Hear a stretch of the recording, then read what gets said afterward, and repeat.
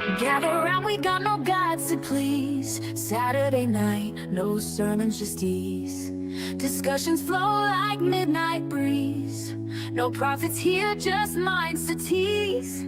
We talk big bangs and evolution. Question faith with our solution. Stars align in our confusion. Breaking free from old illusion.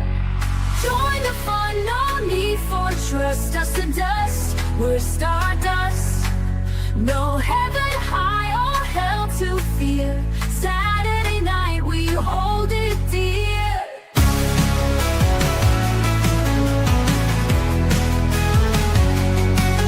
Fun and laugh at myth believers. Here we're all truth seekers. Open hearts and swift deceivers. Make your stand, no hidden levers. Raise your glass to reason's thrill. No ancient text, it's our own will. Debate till dawn, feel the chill. Saturday night, we've got the skill.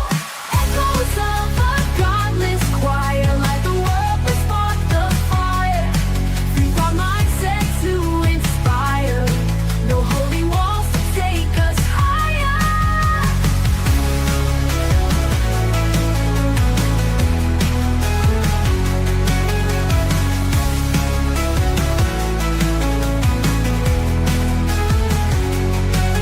Join the fun, no need for trust. Dust to dust, we're stardust. No heaven high or hell to fear. Saturday night, we hold it dear. Join the fun, no need for trust. Dust to dust, we're stardust. No heaven high or hell to fear. Saturday night, we hold it dear. Join the fun, no need for trust. Dust to dust, we're stardust. No heaven high or hell to fear. Saturday night, we hold it dear. Fun and laugh at myth believers. Here we're all truth seekers.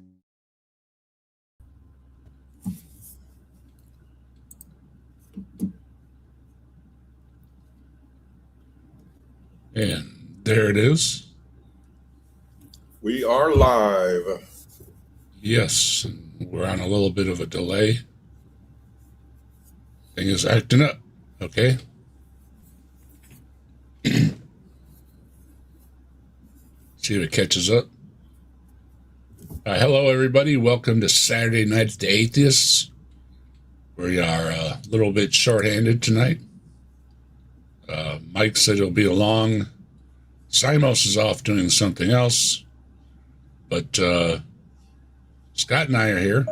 So that's what counts. Yeah, there we go. All caught up. All right.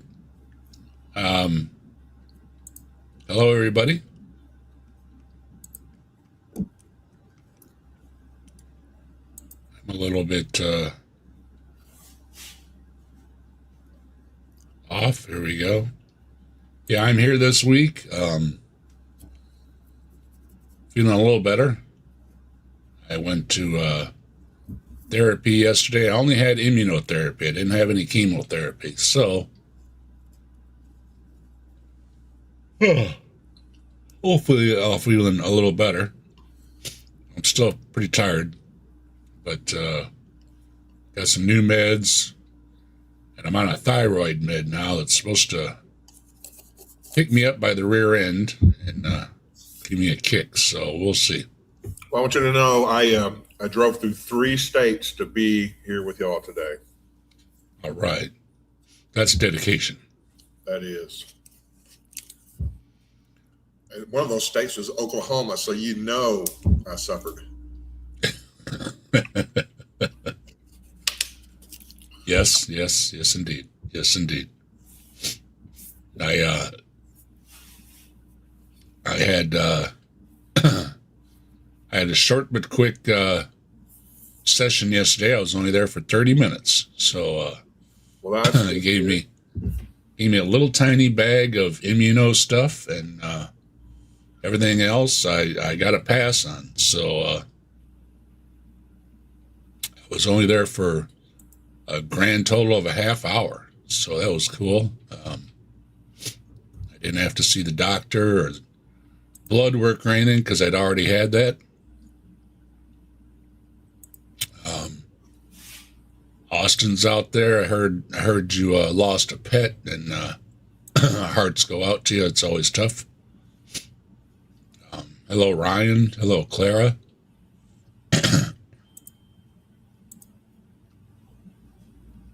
Jasper. Give Austin a little love. It's always tough to lose a pet. That's part of having a pet, though. It's the loss. Yeah, you got to take the bad stuff with the good stuff, I guess. It's just Yeah. a part of life. Saying goodbye, tough to do. We did say goodbye to one of our panelists. Had some issues with one of our panelists. I'm sure everybody's heard about it, so I'm not going to go into it. But we're not going to have any problems here at Saturday Night with Atheists. So that's another one of those things that you can't foresee, and I dealt with it. It's only I saw fit to deal with. I said, thank you very much, but no thank you. So, and that's all I'm going to say about it. Demon Orb, hello. And we have, let's see, CMI from Africa. I think it's Africa, South Africa. This guy I never came across before. Usually I don't do the bigger channels, but he's starting up what would seem a smaller channel off of the bigger channel. So we're going to take a listen to what he has to say. What's the guy's name again? Oh, I don't know. We'll come across it, I'm sure. May not matter. Yeah, I had it all set up for last week or whatever, and then I was feeling a little under the weather, so Mike took over and did another show. I don't remember what this guy's name is, but he's mighty full of himself and mighty sure of himself, and we always like taking a listen to what they have to say when they're full of themselves. So I thought, why not take a listen to him as well? This one's kind of long. It's not a shorty like I usually take on, but like I say, I've been a little under the weather, so this was the first one I came across, and so we're gonna take a listen to it. Hopefully get back on track. If not, I have Mike and Scott that'll take over for me. I also have Joe over the Kentucky Atheist. Just give me a shout anytime you need. So I appreciate all the help. You know I've been feeling under the weather. But my doctors are working with me to help me feel better. So hopefully, I also got some sleeping pills, so hopefully I'll get some rest. I got some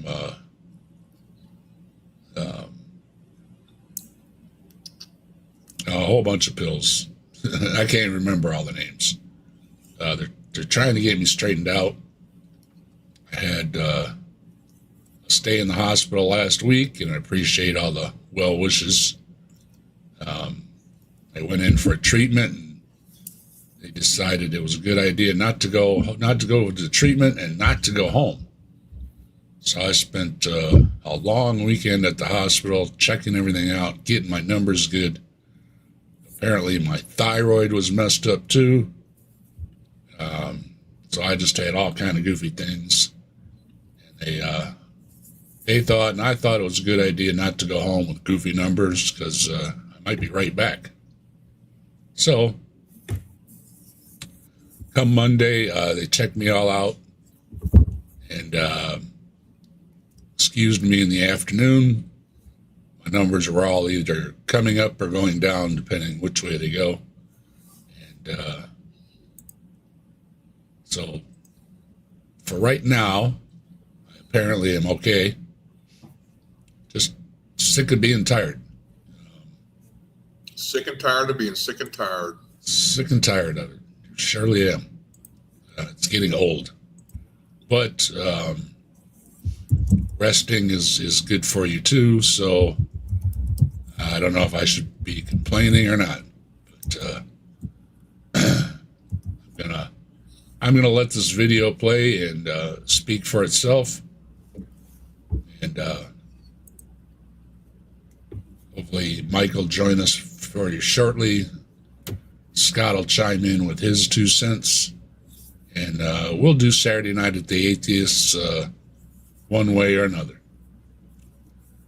Thanks for joining me, everybody.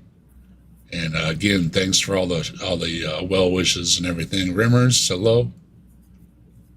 I'm afraid you'll be disappointed. My 2 cents has gone down to half a penny lately. Yeah. But I'll make up for it in volume. Well, there we go.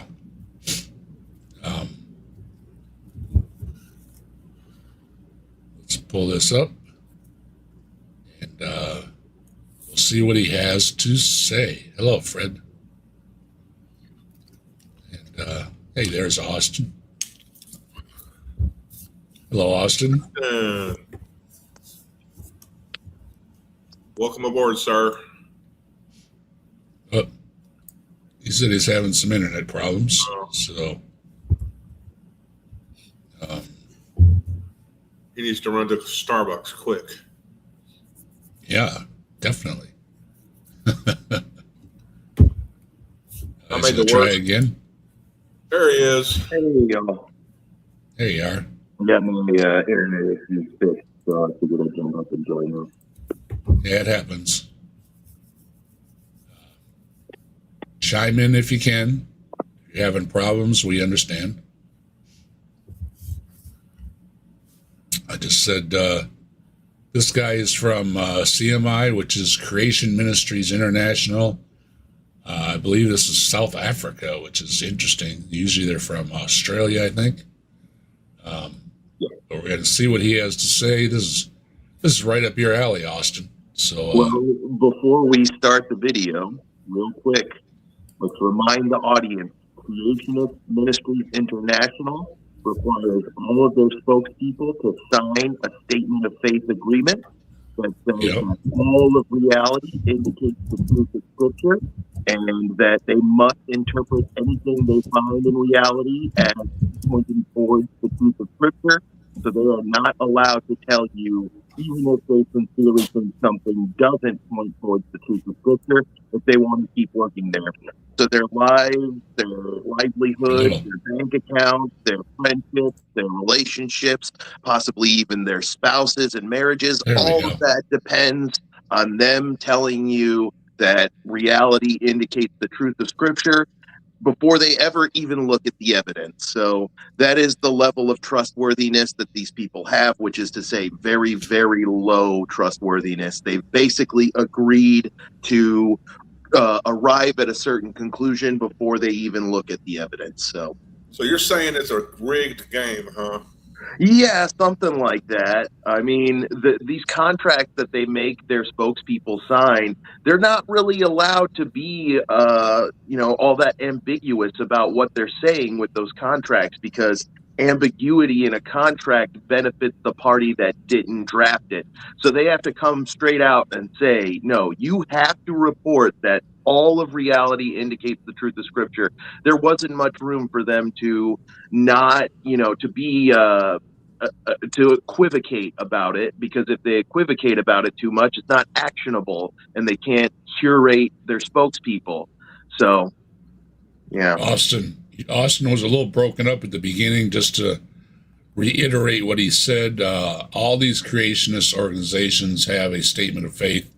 I found out that even the bigwigs like Bill Craig and stuff operate under a statement of faith. So take what they say with the pinch of salt that they have already determined what they are going to say before they start speaking, which is worrisome. And hello, Big John. So we're going to see what he has predetermined to say. And I'm sure Austin will love it. So this is for the creationist lovers.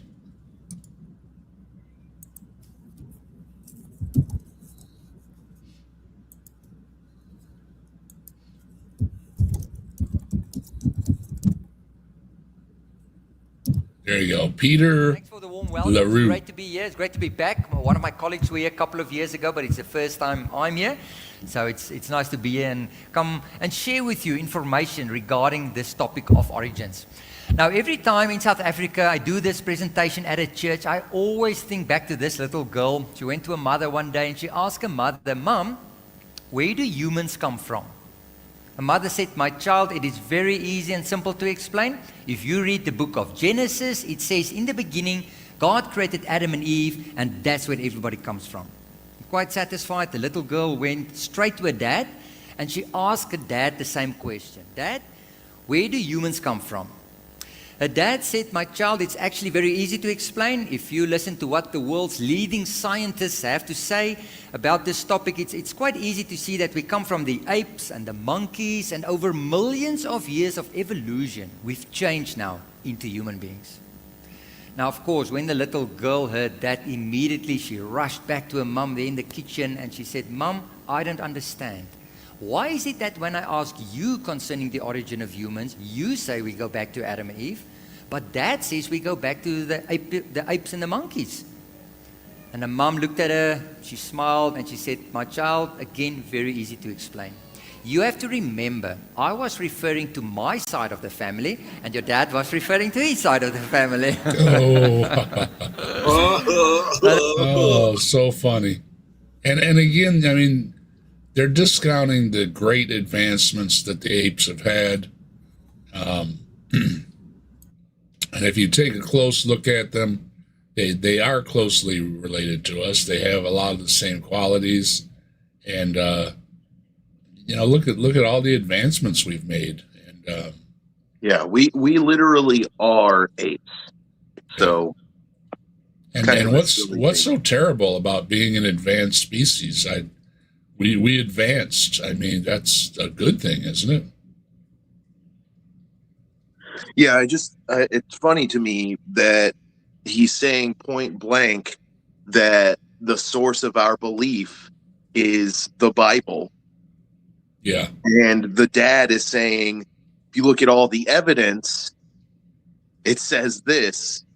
It's there. That's the crux of the issue in a nutshell, isn't it? That people who think humans come from Adam and Eve are getting that from the Bible, and people who understand that humans are apes and came about through evolution are getting that from looking at the evidence and using an impartial method to evaluate it that doesn't arbitrarily discard pure naturalism just because it doesn't leave room for God.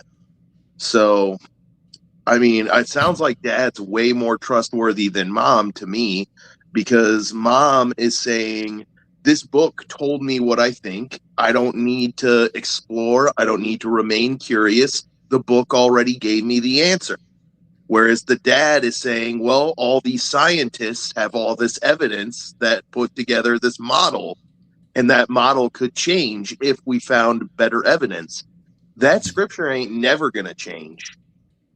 And it's only counting the one scripture. It's not counting all the other creation stories that they discount as well, without a word about any of the other creation stories that they're discounting. Yeah. Why should the story in which God makes Adam and Eve in the garden be any more credible than the story in which Kul Khan makes humans out of corn, or Boomba vomits humans into being in South Africa. You know what? The Boomba story at least gets the geographical origin of humans correct. Maybe we should be taking that as the creation Right. story. Yeah, it's or, ironic. or at least give it equal footing to Yeah, be exactly. it'd be put in a classroom or something. Yeah.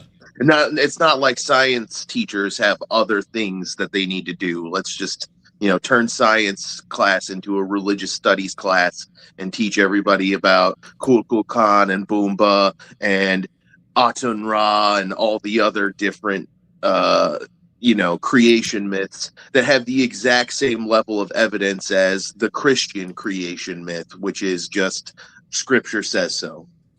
Anybody can write anything down. It doesn't make it true.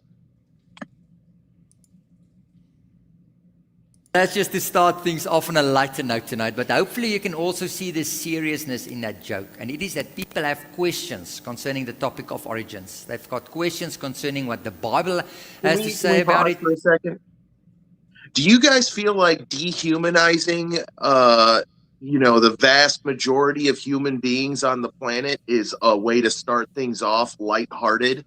Doesn't seem very lighthearted to me to dehumanize your own parent, to have one parent dehumanizing the other parent and that entire parent's family. And aren't they dehumanizing their child in the process? It doesn't seem very lighthearted to me, Guy. It seems like really cruel, actually.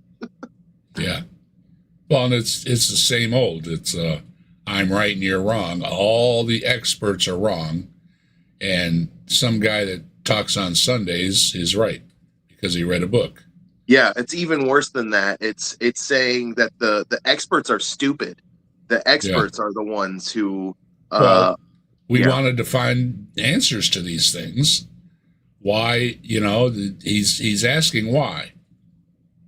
And the scientists wanted to figure out why. And whether they believed or not, they wanted to find out why. And they leave that out, that they're still seeking why no matter what they believe. Yeah, exactly. The scientists wanted to understand, so they started investigating reality. Believers want to keep believing in God, so they reach for the Bible instead of going outside with a shovel and doing some fucking digging. Right. Dissecting and genetics and so many fields that all converged into one answer. And none of the answers were the Bible, because if you take somebody apart, or if you take their skeletons apart, or you go out with a shovel, whatever it is, none of it aligns with the Bible. So they said, must not be the Bible. But the Bible still addresses spiritual questions. And that's what most people take it to be, is spiritual questions, not biological or any other science questions. They've got questions about what the scientists have to say about it. They've got questions concerning how do science and the Bible meet up in the middle. So hopefully by the end of tonight's presentation, you will have a better understanding concerning this topic. And hopefully... That's what they never get to. They never explain how the science aligns with the supernatural, because the supernatural can be anything you want it to be. The science cannot be. So when they're saying that they align, they do not align. They're just saying it's magic, and the scientists do not say that. The scientists have real answers. That's the difference. So doesn't matter what your religion is, and the majority of even Christians accept the science while accepting the spiritual parts come from the Bible. So that is your main difference. And it applies to whatever your religion is too. And hello, Native, how you doing? And Jacqueline, we got you too. Hello, hello, hello. Dave, do you know if this guy's a young earther? Absolutely. He is? Oh, God. And he's He's way out there. Yeah. He's not even close to the science. CMI is, they have a lot of odd ideas about things, and they explain everything with magic. Yeah. I wonder if he knows about the heat problem. If he has any idea just how improbable a young age for the planet is. I am familiar with CMI. I am not familiar with this fellow or over in South Africa. Most of the stuff doesn't come from this guy. This guy's new, and a lot of them are Australian as well. CMI is a big organization, and the reason I picked this one out is because he's from Africa instead of Australia, and he's relatively new on the scene. I just haven't seen him before, but CMI is around. CMI has ideas like fresh and saltwater fish each existed in their own little bubbles, and that's how they survived the flood, and really, really far out ideas. You will also see that there's a clear, definite connection between the book of Genesis and the gospel message. And that the gospel message actually already starts in the book of Genesis. No. Now, I've spoken. No, only because you put it there. They read their theology back into the first 2 chapters of Genesis. That's all they've ever done. And most of them, including the Jewish scholars, do not read it that way. So they throw an assumption at you and plant it in your head that this is the way it is, when that isn't the way it is with the majority of scholars that have looked at it. And especially when they say Genesis is all about Jesus, the Jewish scholars are very interested in that because they don't all about Jesus. So, they read into it clearly what they want to read into it. Right. What's crazy to me is the first time I started studying the Bible, the first thing you learn reading Genesis chapter 1, there's 2 different narratives for how creation played out. And they're irreconcilable because things occur in different order. You can't have 2 narratives where events go ABC and the events go CBA, and they're both somehow telling the same story. They're telling different stories. The Bible tells you right up front in this way, hey, we're kind of just guessing. Like, we think these are the best stories we get. It's a very clear indication that it was written by committee. It was written collaboratively, not by a single author, but by many authors, and that there was a lot of debate about which narratives to include, so much so that they couldn't narrow it down to just one creation narrative to start the book with. And to me, that just tells you right off the bat that the Bible is not a literal narrative. It's not a literal account of how things played out. It can't be. Logically, that's not possible. Ugh. And we've got straight from the horse's mouth, Sydney over there on the other side of the world saying, don't trust them Aussies. So I'll take your word for it, Sydney. Thanks for joining us, by the way. Spoken to a lot of Christians over the past 27 years concerning this debate that's going on between, was it now a literal 6-day creation week that occurred at the beginning? There isn't a debate going on among everybody. Yeah, no kidding. It's a minority that's even saying anything, and there's not a debate. It's just they don't like it. Yeah, wow. I mean, talk about hitting me over the head with a wooden oar right there. Yeah. It's one thing to say that the Earth is younger than the scientific models say that it is.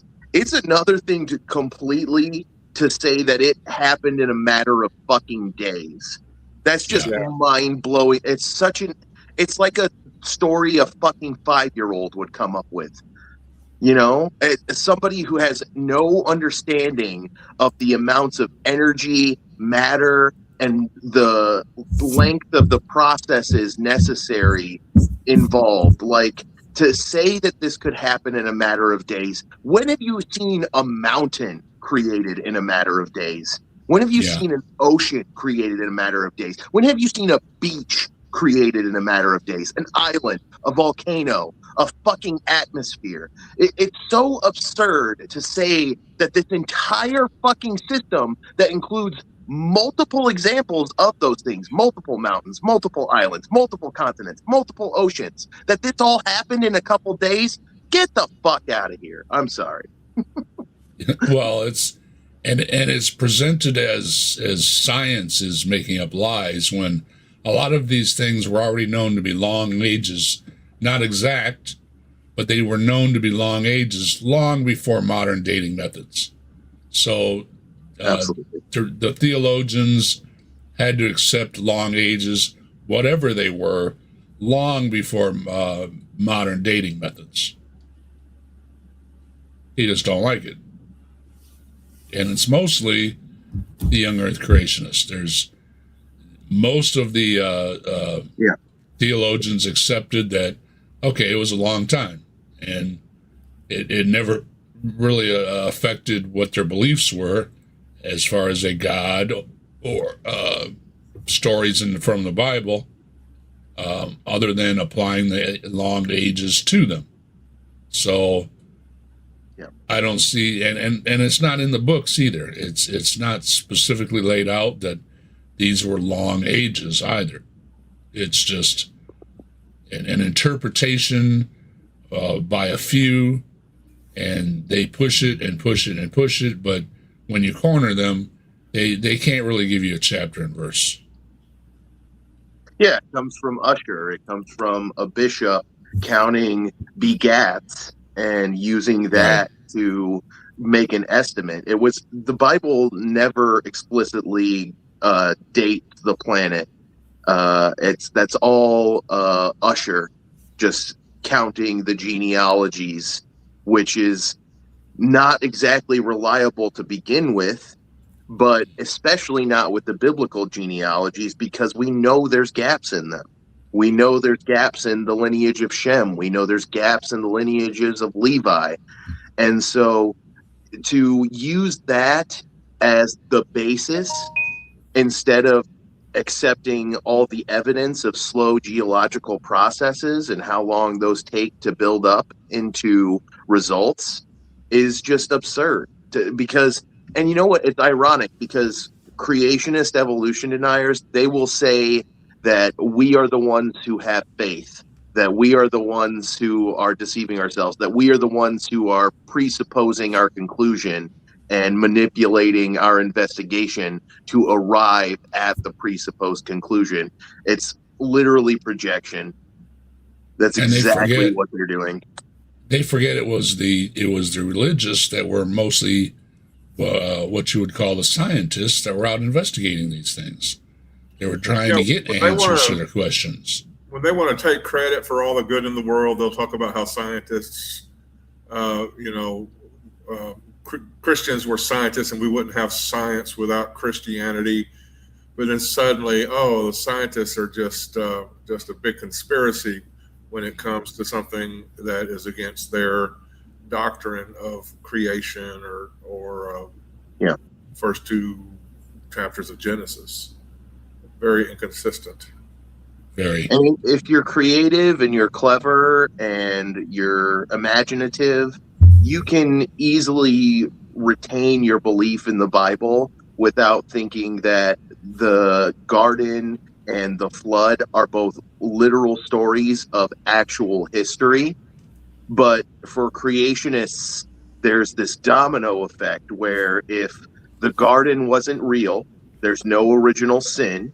If there's no original sin, there's no reason to sacrifice Jesus to absolve us of original sin.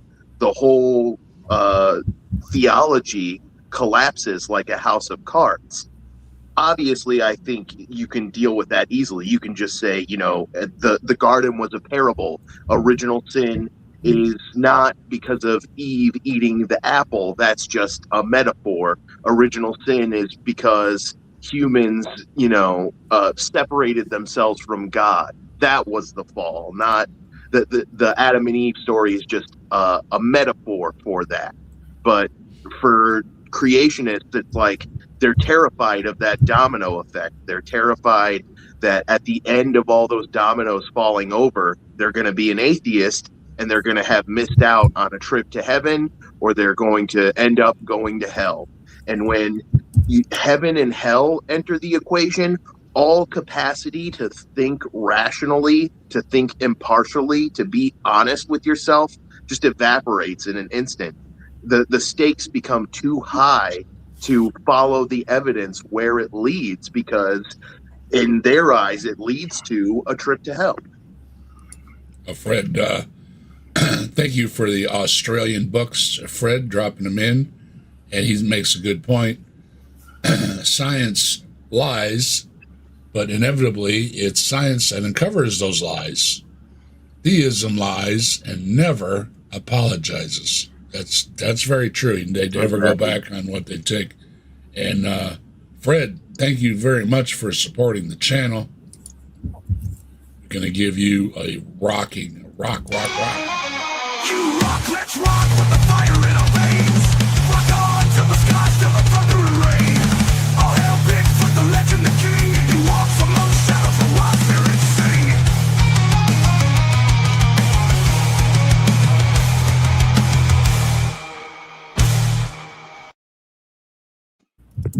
You definitely rock, Fred. Thanks a lot for hanging out with us and supporting the channel in the many ways that you do.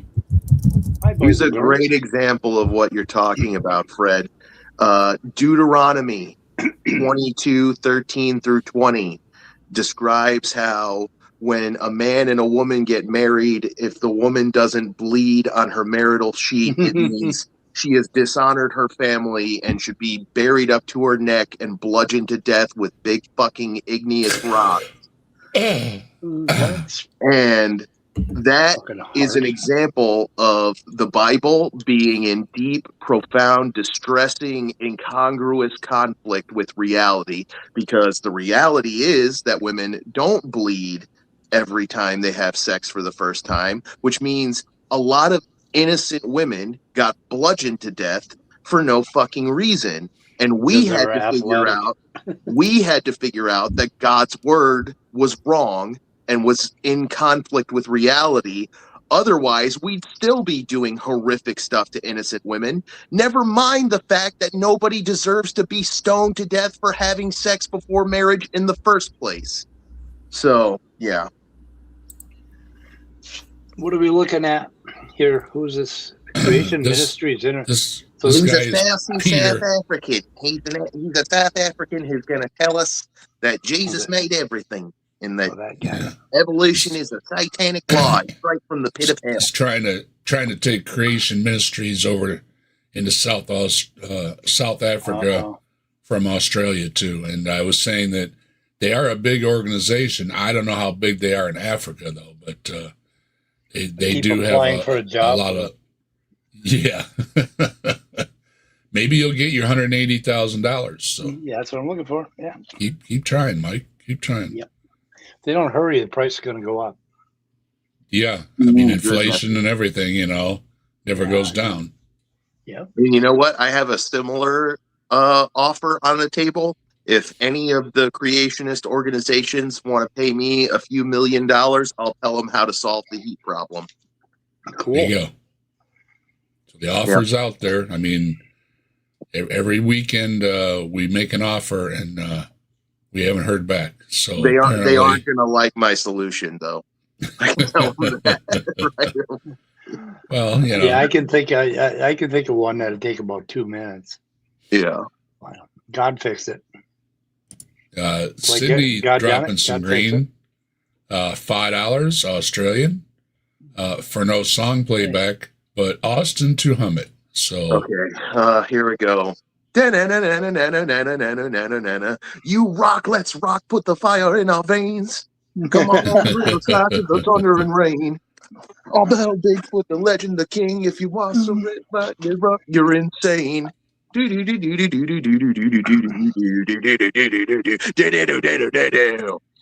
Christ, he remembers that. I would want more.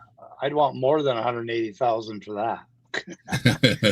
For me to hum something, it's like, go fuck yourself. If I play it enough times, it'll be burned in your brain. No, I don't think so. Thanks, Austin, and thanks, Sydney. That's and pretty good, Austin. You rock. Thanks for supporting the channel. Of course. You need to record that, and that'd be the permanent song, cover song. Exactly. Yeah, I'll take that right on out of there. Yeah.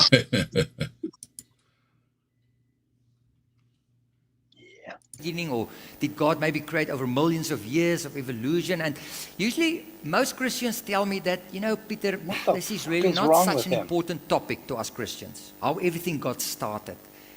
He's really trying to push that accent, isn't he? But it's worse than that. There's something else wrong with it, the way he's talking. Is he on something? Well, could be. He's on the most powerful did it say drug that he there was is. from South Africa, or he was speaking at South Africa? He almost sounded like some sort of European at the beginning. Got it all mixed up, yeah. Kind of sounds like a squirrel. I don't know. He got some squirrely ideas. They're calling him a gerbil, so he sounds a gerbil. That's what he sounds like. Speeding up a little bit. What's he going to tell us? It's like a side issue in our faith. What's important for Christians is Jesus Christ. So just focus on Jesus, just trust in Jesus. That's the most important part. Now, we don't have a problem with that. We want people to get to Jesus, put their faith and their trust in Christ. But we want people to put their faith in Jesus because God's word is speaking the truth. Literally from the very first verse in the Bible. So I'm quickly going to show you what is currently happening in America among the Christian youth in that country. And as we always say, where America is today, we will be tomorrow. Now, this is a research study that was done by George Barna Research for the first time in 2002. It's more than 20 years ago. And they've repeated this study quite frequently, same study, and every time they basically get the same results. They discovered that up to 70% of Christian children brought up in a Christian home and in the church will walk away from their faith after they leave home. Because they're smart. They're smart. Well, yeah. Those are rookie numbers. You got to pump those numbers up, kid. Yeah. Yeah, they find out that the scientists are telling them the truth. That's what he leaves out. And thought about the people they grew up going to church with, who brought them to church, were hypocritical and judgmental, and what's the word when you kind of hold progress back and you're proud of it? I don't know. They hold progress back and they're proud of it. Yeah. And it's not every church either. It's where you go and where Ken Ham has had his influence stuck his nose in the door. What percentage did he say? He said 70%. Holy shit, that's pretty good. But you see, there's a thing too where they during their like 20s and 30s, they may go away from church and quit attending, but some of them, when they begin having kids of their own, will drift back because that's what they grew up. To them, that's what's supposed. That's how to raise a kid. So what? That's how to raise a kid. Yeah. They think it's the right way. But if they wouldn't preach, if they wouldn't teach them this nonsense when they're children, when they're too young to understand that it's nonsense, maybe they wouldn't walk away. Maybe they ought to talk to the theistic evolutionists and take a clue from them. There's a reason that they're not teaching the science to these young folks, is because they don't really grasp it until a certain age. And I can't say that this is universal, but for me, I got away from this community that had mind fucked me, that had scooped my brain out and stuck it in a mind fuckery blender and turned it on to the highest setting.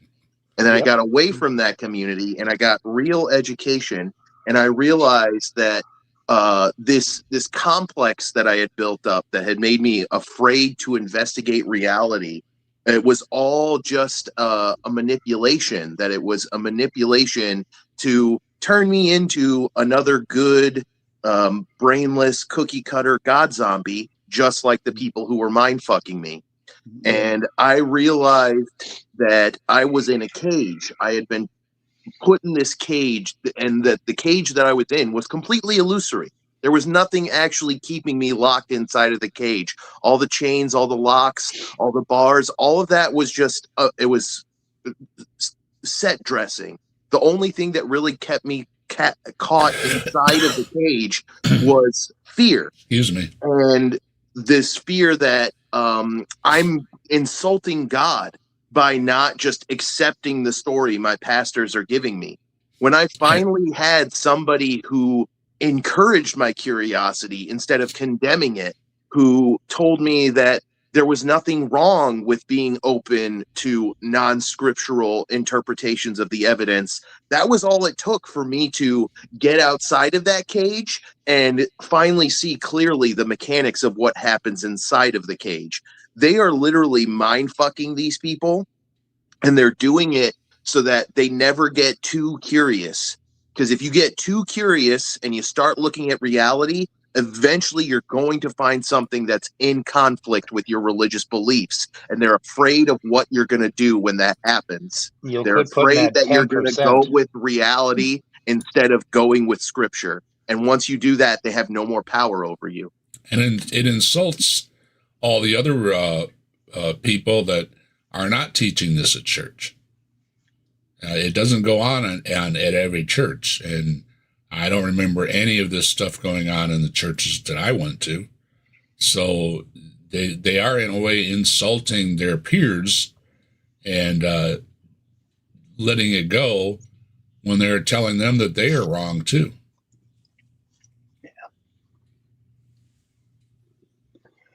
Man, I got a lot of cat. It's such a crime. It's evil. It's horrible what they're doing to people. They are mind fucking them and robbing them of potential, of opportunities. They're robbing them of a beautiful viewpoint of the world, of the universe. They're robbing them of the joy of investigation and discovery and curiosity and uncertainty. And they're instead giving them this superficial certainty that's based on fucking nothing. And they waste their entire life. And at the same time promoting it. Yes. That they are the ones that are investigating and everything, but they're really not. When my cat passed away the other day, I didn't fucking pray. I didn't whip myself and self-flagellate because I didn't spend enough time with my cat. You know why? Because I did spend enough time with him. I knew this one life is the only one he's getting, and I'm not going to reunite with him in heaven. So I loved him as much as I could while he was here. And there are millions, if not billions, of believers all over the world who aren't doing that because they think this life is a practice run for the real one. So it doesn't matter if they don't spend enough time with their daughter. They'll see her again in heaven. It doesn't matter if they don't tell the people that they love them. They'll know in heaven. It's an excuse that keeps them from living life to the fullest while they're alive. And it's one of the greatest crimes that theism does to people. It robs them of the chance for their best life. Well, they'll see their daughter in heaven if she toes the line. If she doesn't bake enough cookies, they may not. Right, yeah. Gotta bake those cookies. Yeah, that gets into the old classic problem of how in the hell are you going to enjoy heaven when you know there's hundreds, if not thousands of people that you love and care about that didn't make it in and are now being burned and tortured and screaming and crying and choking for fucking eternity. You would have to be a fucking sociopath to be able to sit in heaven and worship the guy who's fucking doing it. Mind-blowing. I think they have the idea of a partial lobotomy where you forget all the people that... Yeah. It's so weird how much of their religion is about deadening your own brain. What the fuck is that about? Yep. That is 70% of children who's been exposed to Jesus their entire lives. Andy Kaufman. When they go out of their parents' homes into the world, universities, and places like that, they stop putting their faith in Jesus. They stop reading the Bible. They don't go to church anymore. So these guys said, whoa, what is going on in America? Let's do a bit of further research to see if we can figure out what's causing this. And can you maybe guess what they discovered is currently the number one reason for this phenomenon in America? What is the number one? It is because the kids in those American schools are being taught evolution. Oh, so yeah, to the that's children, the number one, yeah. Yeah, along in with general, a lot of other it's sides.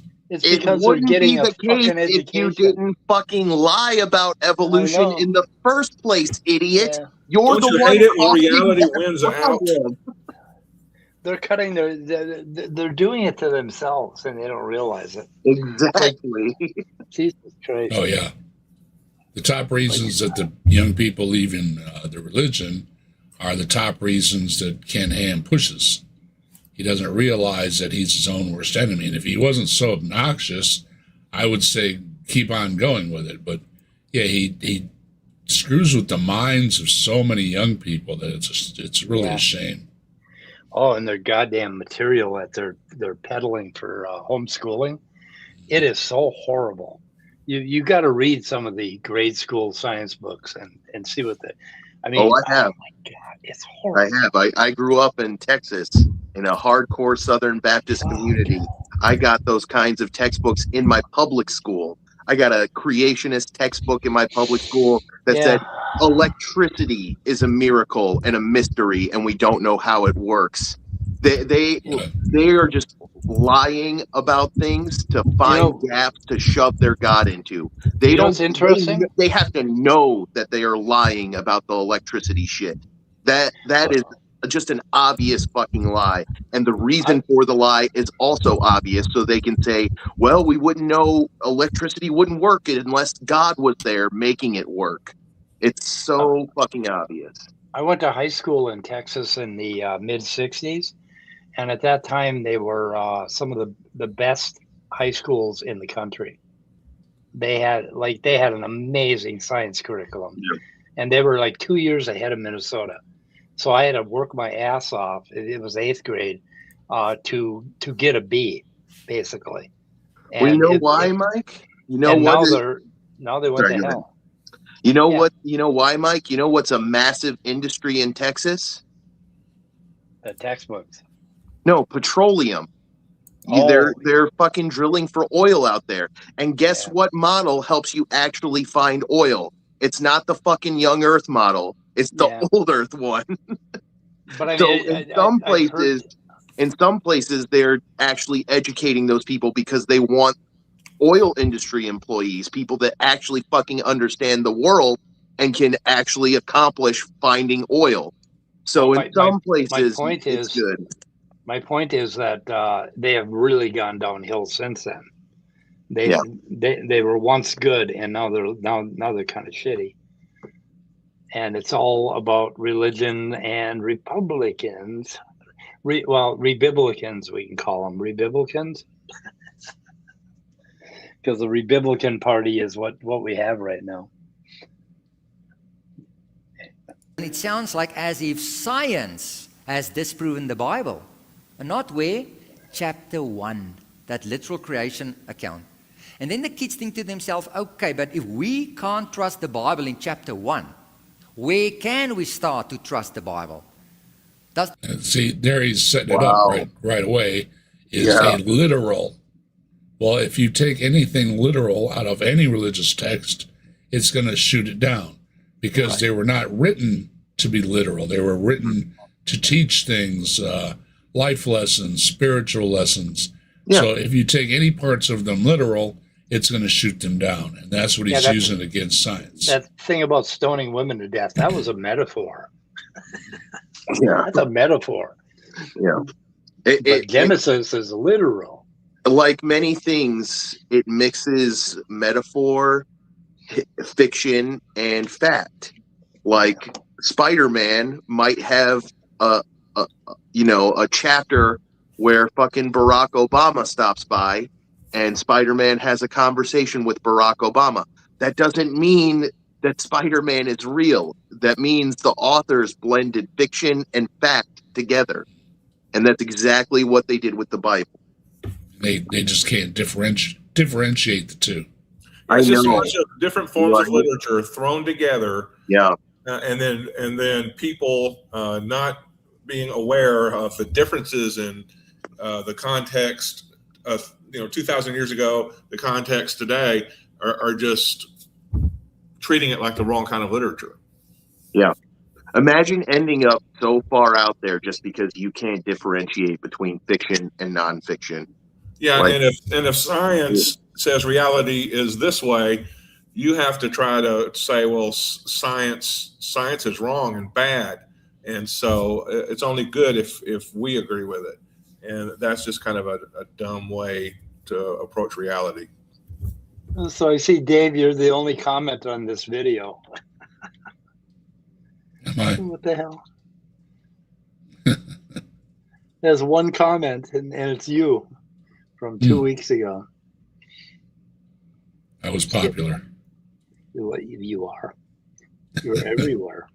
Yeah, I apologize for leaving you hanging 2 weeks ago. I didn't know how to do it on my phone, and yeah, I was at the hospital, so please forgive me. How dare my apologies. What a loser, man! Oh my gosh! Jesus. Yeah. How could you? I'm not. Yeah. I'm not up on the phone thing. How could you do this to us?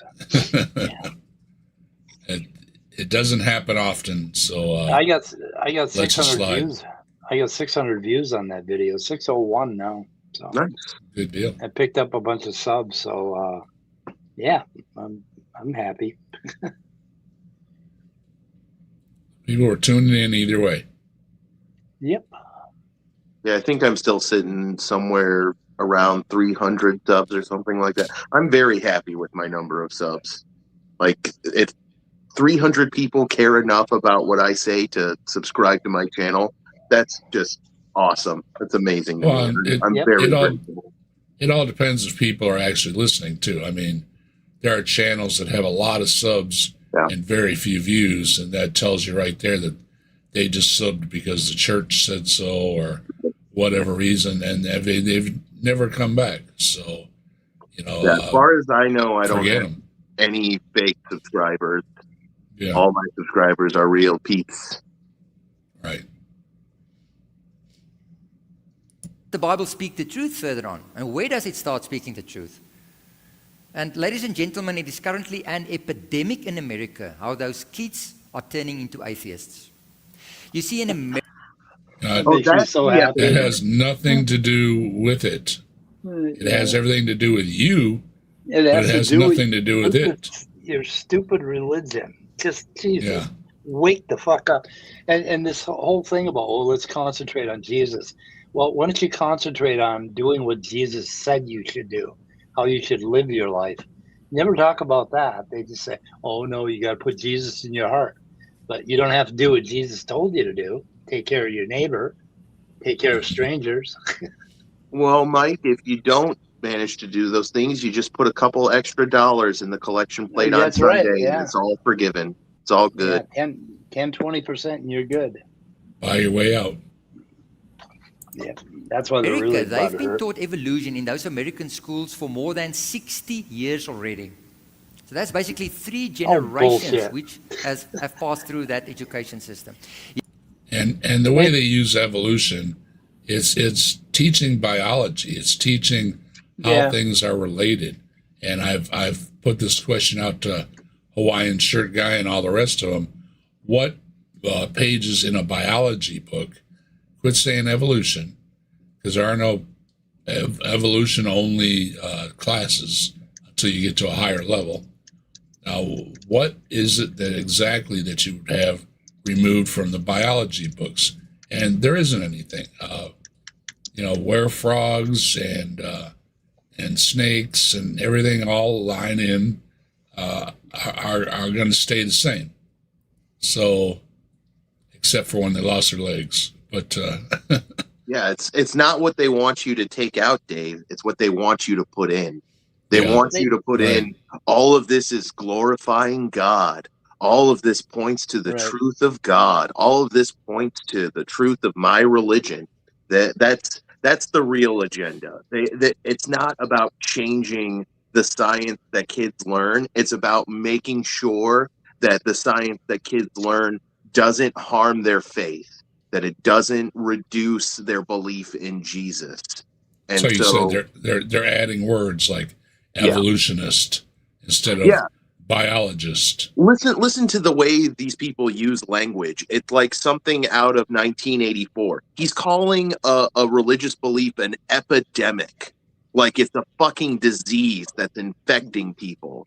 Like, oh my goodness. The point of this is not to bring a rational message to the audience. It's to elicit a fear response. It's to get them panicking, going, oh my God, so they're going to stop believing in Jesus. We can't teach this evolution stuff. It's to get the panic going so that you can subvert the logical part of their brain, the rational part of the brain, the part of their brain that should go, wait a minute, that doesn't sound right. You know? So imagine that basically the preacher never got up on his pulpit and mentioned evolution, and then the kids read about evolution in school. There wouldn't be any conflict at all. But if the preacher is up there preaching science denial, and they're getting any kind of an education at all, they're going to start to they're going to be presented with another side of the whole argument, and it's their fucking fault. Preachers aren't supposed to be teaching science. They're supposed to be talking about Jesus, for Christ's sake, and God. It's like, what the fuck? And they've got all the great talking points of heaven and afterlife, and they got a lot of love and peace and all these things, all these good things to talk about, and yet they're talking about evolution that they know absolutely nothing about. Now, the reason they do that is they've got to create this whole us against them thing. Which, if they had listened to Jesus for just 5 fucking minutes, they wouldn't be doing that at all. Right. They would be creating this us against them, us against academia and the atheist college professors that they imagine. How you doing? How you doing this evening, Ed? Good to see you. Ed says creating words is part of doing propaganda from a political science point of view. So creationists are propagandists, but then that is true of religion in general. Yeah. Wow. So modern biology textbooks for high school, they mention in this one, they mention evolution 594 times. When I went to school, they didn't mention it once, not once. Yeah, there's this social science has been done repeatedly, and it shows that a lot of public school science classrooms, kids don't get evolution taught to them in those classrooms. They either get a very brief and very shallow instruction in it, or they get no instruction at all, or even worse, their biology teacher is some religious goof who tells them, this is just a theory. A lot of people think this is true, but it's just a theory. You know, even worse than getting a really shallow instruction or no instruction, they get deliberately misinstructed. They get tragically and deliberately misinformed and misled by people that they should be able to trust. Yeah, that's an AP biology textbook that mentions evolution that much. And you would expect that because that's college level. They're getting into college level. And you can't get around it if you're in college level biology. Nothing makes sense without evolution. That's what they push a lot is that grade school and high school, and it's like these things aren't even taught at those levels. It's not until you get specified at a college level that these things are even taught. So they're trying to say that in the public schools that these things are being taught in our kids when they're not even being taught. These things aren't being taught until you are at a college level and specifying as to what you're going to take. Yeah.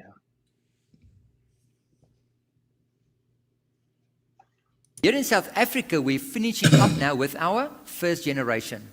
It is this year, the 19th year, since evolution was introduced into the grade 12 biology curriculum.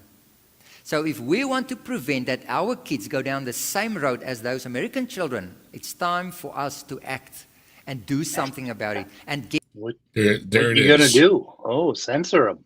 Can you He wants imagine? things removed from the biology books, which Yeah. is impossible to do. Can you Hi, imagine? Robin, how you doing? Can you imagine if YouTube existed when Galileo was alive? Oh my God, these people would be these same people making videos like this would be making videos about how, oh, the spherical earth is going to lead people away from Jesus, and we need to reject this heliocentric lie in order to save our kids from becoming atheists. It's like, good Lord, if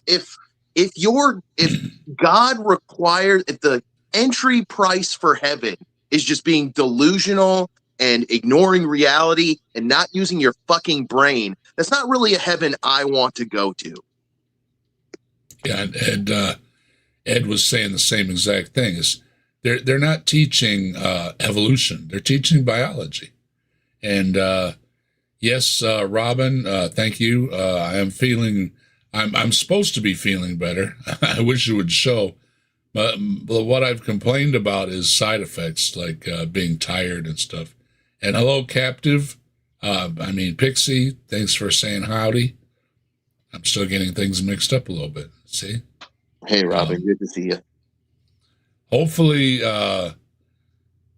they've given me some new meds, and it's supposed to mix me out the right way without being so goofy all the time. So it's like this. The woman doctor stopped in and told me you have to be patient. Nothing is going to happen overnight, and so just hang in there. And so that's what I've been trying to do. We made Jim Bob's stream, Robin? Well, we kind of knew he was watching, so I'm not that surprised. What is kind of sticking in my craw a little bit is he was watching. Why didn't he just click the stream, ask for a link to join? We would have talked to him. He doesn't have to do a stream about us. He can come talk to us directly. We're fine with it. Depends if he's doing his own or not. Why do they have an Indiana version of 9th grade Glencoe biology? Why a special Indiana version, I wonder? What's Glencoe? It's a brand of biology book. It's an author that basically created a biology book for high schoolers. Indiana edition. So I would like to do a comparison between that. Let me check that one out. I'll see if I can get it. Thanks a lot, Pixie. Well, I do know there was a court case, Mike, where a state court decided to include a sticker on the front of biology textbooks that basically just say Indiana. Evolution is a theory, which is kind of like, it's a non-argument. It's just the classic creationist misunderstanding of scientific nomenclature and epistemological hierarchy, where theory is less certain, less reliable than a hypothesis, which is not the way it actually goes. A theory is higher in epistemological value than a hypothesis. But to the average person who doesn't know that, these textbooks are being used on kids who are not scientists. They do not know better yet. So to put that sticker on the front of the book is just completely misleading, and they know it. And so I wouldn't be surprised if that was what it was, Mike, is that it had that the text was ultimately the same, but there was some disclaimer included that basically completely misleads the reader about what theory means in a scientific context. I'm going to see if I can get two versions and do them side by side and see what I can find out. Hey, see if Tons of Mice, how you doing? Cut a bunch of stuff out. It was good to have you stop by. That third wife of yours is something else.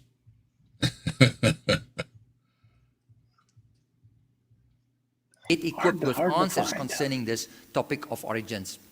Then also, I just quickly want to stand still concerning the word evolution, because it's a word that you've heard, all of you've heard the word evolution, mainly through the secular media. Now, basically, evolution means change that's happening, change over time that's occurring. Now, our organization don't have a problem with change that's occurring, and I mean, change is happening out there in nature, but the change that's happening out there, people, that's not evolution that's happening. There it is right there. Evolution is not evolution. Yeah. Evolution is change, but things are changing, but that's not evolution. Right. Yeah. Yeah, the genome can't changes, but it can't change that much, because if it changes too much, you'll get a frog from a banana. Anything is possible when you lie. Anything is possible when you change the meaning of words to make your arguments work. Anything is possible when you have no integrity and you have no intellectual character. And that is exactly what this guy is demonstrating right now, a complete and utter lack of intellectual character. This is the misinformation, disinformation, propaganda in action that we were talking about earlier. That's how they do it. They do a whole lot of, what's it called, equivocating on words. Exactly. It's evolution, but it's not evolution. That's what Canahan will go through all the mechanisms of evolution and agree with every one of them, but then say, but that's not evolution. And it's hard to argue against that. It really is. Yeah, if I could, getting back to the banana and frog thing, if I could turn a banana into a frog, or vice versa, either way, vice versa, it'd be better. I could make a lot of money. Depends on whether you like frog legs or bananas. We could revitalize Las Vegas. How you doing, BS? Good to see you. BS is good people. I like BS. And Jin, too. Good to see you. He put out a video recently that was just like watching a fever dream. I loved every second of it, though, BS. Great job on that video. There you go. Now, what do I mean by that? The world teaches us there are two kinds of change, two kinds of evolution. No, you do.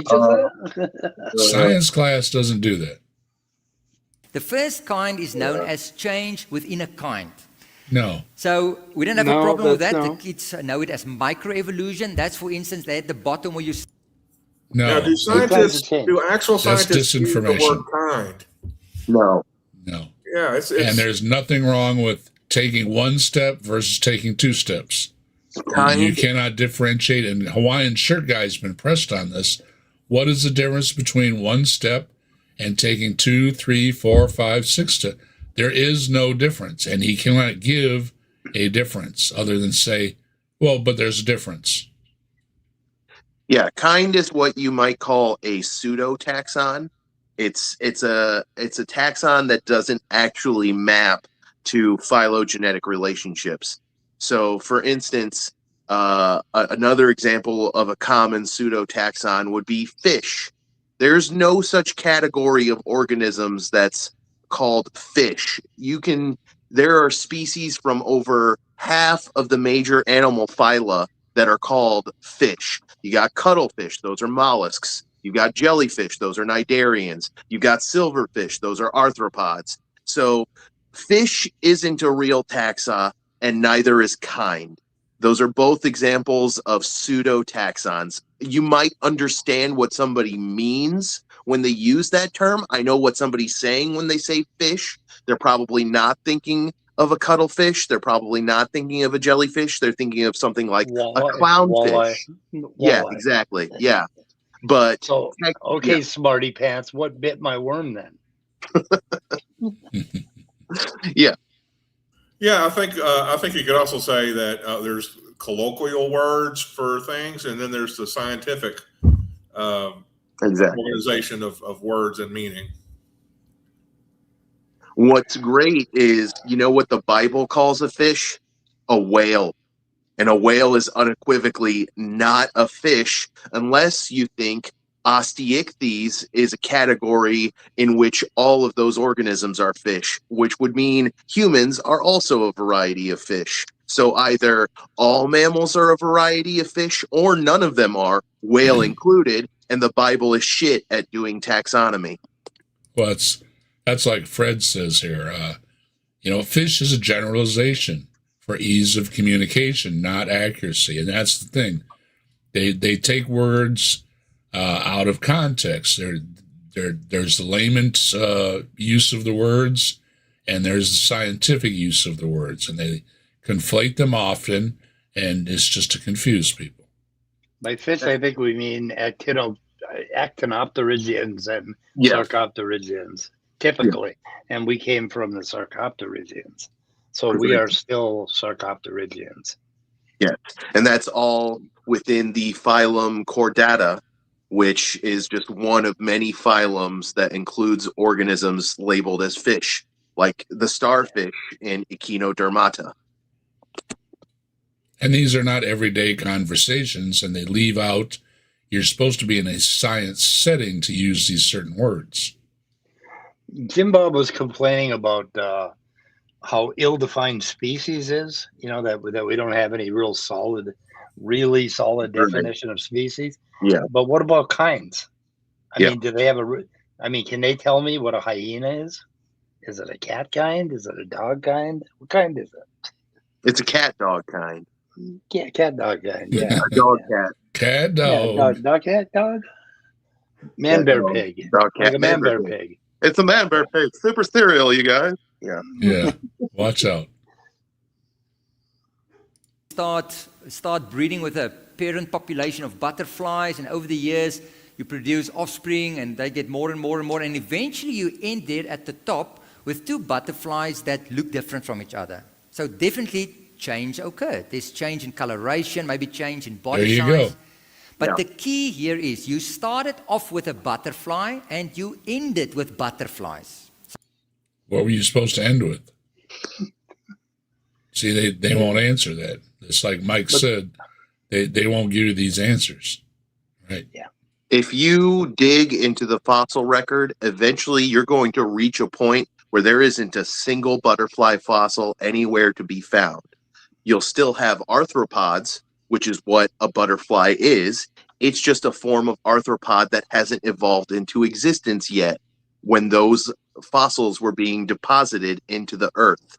So you may go from butterfly to butterfly, but if you reach backwards, eventually you reach a point where there were no butterflies, which means butterfly had to evolve into existence from an array of species that unequivocally did not include them. That is evolution. That's macroevolution. That's exactly what you'd expect from evolution. And there is overwhelming evidence that supports the claim that this is what played out in history. Genetic evidence, fossil evidence, molecular evidence. There's so much evidence, and it's mind-blowing to me that people are ignoring all that evidence and then reading a passage out of the Bible and God created the earth and everything crawling on it, and they think the latter is good enough to prove their ideas, but the former isn't good enough to substantiate scientific ideas. It's completely backward. It's totally moronic. That's when they want to show an ancestor to cats and dogs. And cats and dogs have a similar ancestor that was neither a cat nor a dog. And they just can't wrap their minds around that. Yeah. I think if you ask this guy, what is the planet going to look like in 5 million years, in 50 million years, I think it would become clear to him that the array of species on the planet is going to be very different from what it is now. There's going to be major, massive, environmental, atmospheric, oceanographic, volcanological, taxonomic changes. That's where you're wrong, because Jesus is going to come back, right? And he's going to conquer the devil and set up a millennium kingdom, and then the earth is going to be destroyed, and a new golden earth and new heaven are going to be created. Right. So we don't have to worry about all that environmental stuff. Yeah. I just think it's clear that when you present evolution as it is to them, they agree to it. But when they are allowed to straw man and to manipulate definitions, they end up with an idea of evolution that is not congruous with what evolution actually is, and they disbelieve in that, and we disbelieve in that. I think they ultimately think that evolution means that something came from nothing, and they'll tell you that if you debate with them long enough. Eventually they'll retreat to, well, you can't get something from nothing, and that's not what anybody's arguing. Exactly. Yeah. But the thing is, okay, if they accept that that genomes can change over time, right? They accept that. So what is the difference between the genome of a Sarcopterygian fish, a lobe-fin fish, and us? Okay, it's only DNA differences. So where are those differences stopped? What is the barrier from turning one genome into another? If they mutate, right? There is no barrier. Yeah, and exactly. they can't tell you what the barrier is. What the fuck would the barrier be?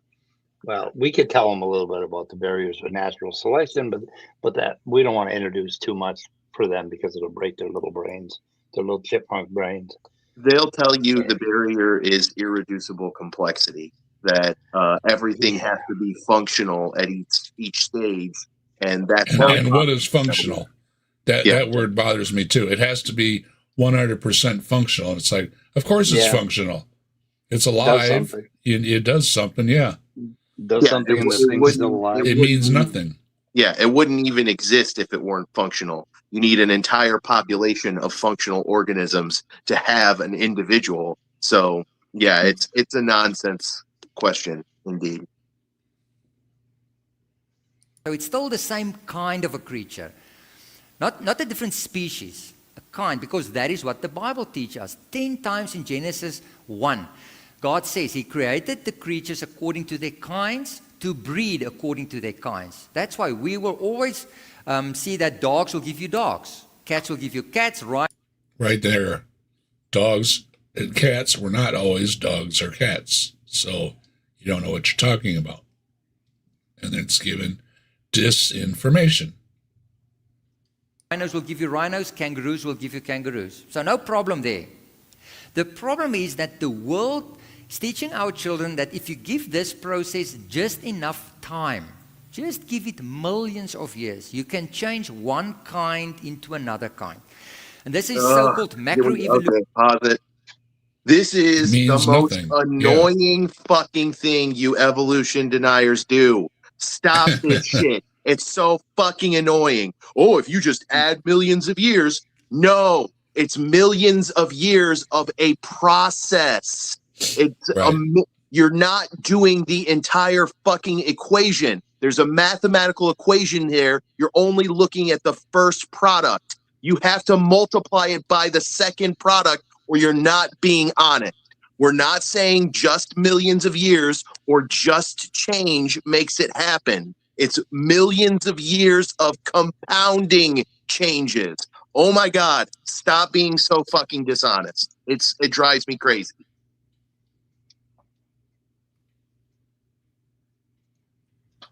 Yeah, it is. It's disinformation, it's dishonesty, and they're saying that they are doing this to our kids. When it's not doing it to the kids at all. It's you are stating this. And Scott says John from Stated Clearly released his second video about the evolution of the flagellum.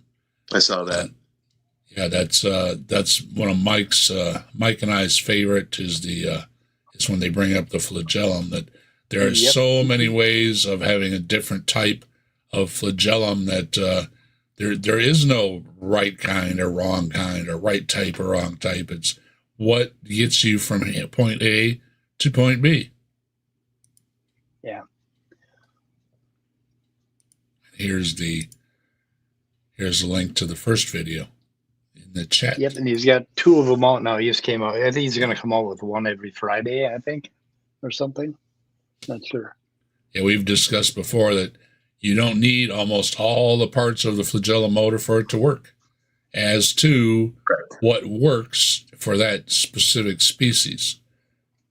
And that's something that Jim Bob and the rest don't understand. As long as it works good enough, it works good enough. And if it's only an eighth of a nub, then it's only an eighth of a nub. As long as it conveys an advantage over the competition. Right. If it moves the creature from point A to point B, it doesn't matter how. Yep, and you can have a flagellum that can do that with as little as 5 to 10 parts, not the full 50 that he says you absolutely must have to have a functioning flagella. You can have one with even just a tenth of that number of parts, and it still confers motility onto the cell by allowing it works kind of like a jet pump, but it still moves the organism around, so it's still functional. So functional at every stage, indeed. Yeah, that's one thing I really didn't appreciate until the last few years, is that the advantage that is conveyed in natural selection, in your the changes in your genome, is not these huge, sweeping, overwhelming advantages. They start out as small advantages that, in large numbers, make a difference. Like, instead of being 100% better than the other guy, you just need to be 5 or 6% better than the other guy, and that does accumulate. And learning to understand probabilities against large numbers of time and large numbers of population is really kind of an important thing.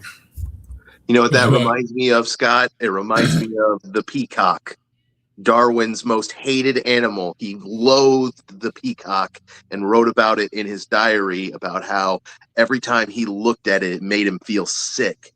And the reason it did was because he couldn't understand how this big clunky tail feather is not good for flying. It's not good for camouflage. And he couldn't understand why nature would select that specific feature until he realized that it conferred the advantage in the way of sexual selection. When you're a 30-pound peafowl, getting to pass your genes off before you get eaten is evolutionary success. So it didn't matter. Until I saw him getting busy behind the bush. Yeah, exactly. The fitness value was ultimately positive, because even though it had some negative impact, it had such a massive positive impact in terms of securing mates that it canceled out the negative impact and still allowed for nature to select it. Hello, Tori. Hello, Ace of Trades. Hello, everybody. Today, on the way back from Arkansas, I was listening to, I think it was a recent episode of How Things Work podcast about Charles Darwin. And one thing that I learned from it was the fact that Darwin is a very high anxiety individual, and it practically made him sick to death to release Origin of Species, because he knew the shit show that it would cause. But he did it anyway. He might not have, if not for Wallace, because he was working on evolution way longer than Wallace was. But Wallace just got there a lot quicker and was about to publish, and Darwin realized that he was going to basically have his discovery stolen out from under him, and that lit the fire under him that led to him publishing, and him and Wallace actually eventually collaborating and agreeing and saying, yeah, we came to the same conclusion through independent means, but both of our work supports the other. So remind me, Darwin, he did a lot of in fact, he spent most of his time in his travels aboard the Beagle on land, and I know he collected some specimens from the Galapagos. Yeah. But wasn't there a difference in the kinds of specimens he collected Darwin did versus what Wallace used to come to his conclusions and theories? Wallace was going for pure volume. Those specimens were worth money. So the more specimens they collected, the more money they made. So he was just trying to collect as many specimens as possible. Darwin was specifically looking for specimens that interested him. So when he came to the Galapagos, there were two species that eventually stood out to him, and that was the finches and the turtle. It was actually the turtle that caught his interest first and foremost. He didn't even realize the birds that he had collected were all species of finches until he got home and started examining them. When he first collected them, he thought they were warblers and wrens and various other species. It was only once he got back from the voyage and started looking at them that he realized, oh man, these are all finches. They're all finches. They just have different phenotypes. And that was what led to his model of them all being finches that came from a common ancestor population that migrated to the Galapagos from the South American mainland. And when he started finally realizing how evolution works, that you can have one population diversify into many populations over generational time through selective pressures. In the instance of the finches, a lack of food sources. So they had to adapt to a variety of food sources so that all these different populations could have the food necessary to survive. You've got a population that feeds on seeds. You've got a population that feeds on cactuses. You've even got a population that have evolved to be hemovores. They have these sharp beaks so that they can pierce the skin of bigger animals and feed on their blood. And so vampire finches. Wow. Yeah, it's cool. Evolution is very cool. It can do things that are amazing. It can take a species that is subsists entirely on seeds and grass and vegetables and turn them into something that can subsist on the blood of other organisms. Evolution picks what works. Natural selection picks out the populations that are capable of sustaining themselves. And as a result, they become the basis of the next generation. And through that mechanism, change conglomerates. It cumulatively builds up.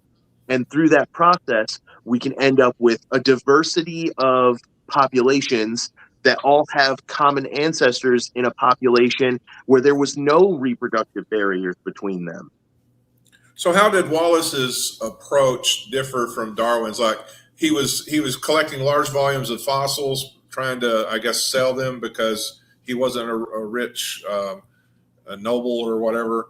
But did he write papers along the way? And how did his Unfortunately, approach? I don't know Wallace's story as well as I know Darwin's. And that's just kind of a result of history. For some reason, it's kind of elevated Darwin over Wallace. Mike has a theory about that. He thinks it's because Darwinian sounds better than Wallaceonian, and he's onto something there. Darwinian. Yeah. Hello, deconverted man. Good to see you. Yeah, but Wallaceonian. Ooh. Sin, yes, that's sin right in there. Yeah, I like that. Been good. Yeah. Yep. That our children are being taught where they believe all life on earth go back to a simple organism, and over these alleged millions of years one kind slowly changed into another kind from simple creatures. Yeah, see, there's your alleged millions of years, Austin. So see what he's talking about is not evolution. He's using the word kind. Yeah. So this guy, you can just say two words to him: heat problem, and then just walk away because he can't solve it. He probably doesn't even know what it is. He'll just go, yeah. Hello, Detroit Atheist Queen. Good to see you. And D-Man's here. D-Man. This is why I love the heat problem, because it helps preserve your peace. You know, it helps save your time. Deconverted man just interviewed Atheist Queen, so go check that out. Yeah, these to people, eventually human beings, according to the world, the most waste complex your creature on time. earth. These people will waste your time. They will waste your energy. They'll waste your spoons. And so if you have a way to use less spoons on them, use it, because they're not worthy of all your spoons. No, they break. So one of the things we taught our kids in Minnesota is not to say tote your kids. We taught them. We taught them to say tot, not tote. You tote your children. Who says tote your children? He did. He just did. He said, we tote your children. Austin did? Tote. No. No, the speaker. Oh, okay. A sassy South African thing. The South African. Told him. Okay. His South African accent is not like the ones There's I've something heard wrong. before. Yeah, he's faking it. He's Or- from or- Australia. Or he's some sort of weird European. I don't know. I don't know, because as I'm listening to him talk, it's giving me flashbacks to Flatzoid, who's also a South African, and he talks very much like it. Maybe. I started to go Irish there for a second, man. Now I'm getting Jamaican. I don't know what accent I'm doing. I'm losing my mind over here. I think he's a cross between a chipmunk and a Australian. I don't know. That's what he sounds like. Speed it up. Yeah. And that kind of change has never ever been observed to happen in nature, where we see cats changing into dogs or Yeah, and you're never going to observe it either, because it happens over such a long period of time that you're going to be born, live, and die before it ever happens. And cats can't turn into dogs. I'm sorry. But that's why we have fossils, which you discount as well. So you can't have it both ways. Because Cats cats and and dogs. dogs come from a common ancestor, it's a complete non sequitur to ask why a cat doesn't evolve into a dog. For a cat Right. to evolve into a dog, you would have to unevolve it back Go all the way into that back and then go ancestor back. Yeah. and then have it take a completely different evolutionary path. This whole it's a very frequent argument I hear from creationists where they say that one modern organism should evolve into another modern organism. It just betrays a profound level of ignorance to how this whole evolution model even works. It's just so silly. You don't have modern organisms evolving into other modern organisms. Ancient organisms evolved into modern organisms. You can't have a modern organism evolve into another modern organism without somehow transforming it back into that ancient organism and making it take a completely different evolutionary path. So the whole comment is a complete non sequitur. But what annoys me even more about it is that you absolutely can observe speciations happening. And it's something that takes an incredible amount of creativity, foresight, cleverness. It takes an amazing level of brain power to put together the pattern of observations that allows somebody to witness a speciation happening. So a couple examples. One of my favorites, going back to Darwin's finches. Peter and Rosemary Grant have been living on the Galapagos for the last 30 years, tracking those very finch populations. And as a result, they've witnessed a new species, a hybrid species of cactus finch, emerge due to genetic drift, due to different populations of finches that are still reproductively compatible, intermixing and creating a third population in between them. So there's one example of an observable speciation. Another example of an observable speciation is the London underground mosquito speciation. That's an example of speciation via geographic isolation.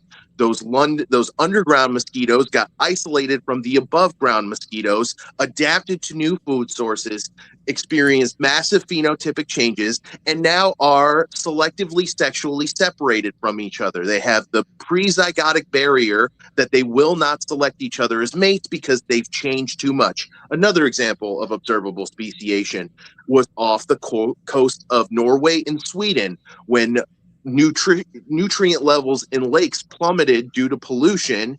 We went from having two distinct species of mollusks, an above tide species and a below tide line species, to having just one species of mollusk, the below tide line species, because there wasn't enough nutrients to sustain both populations anymore.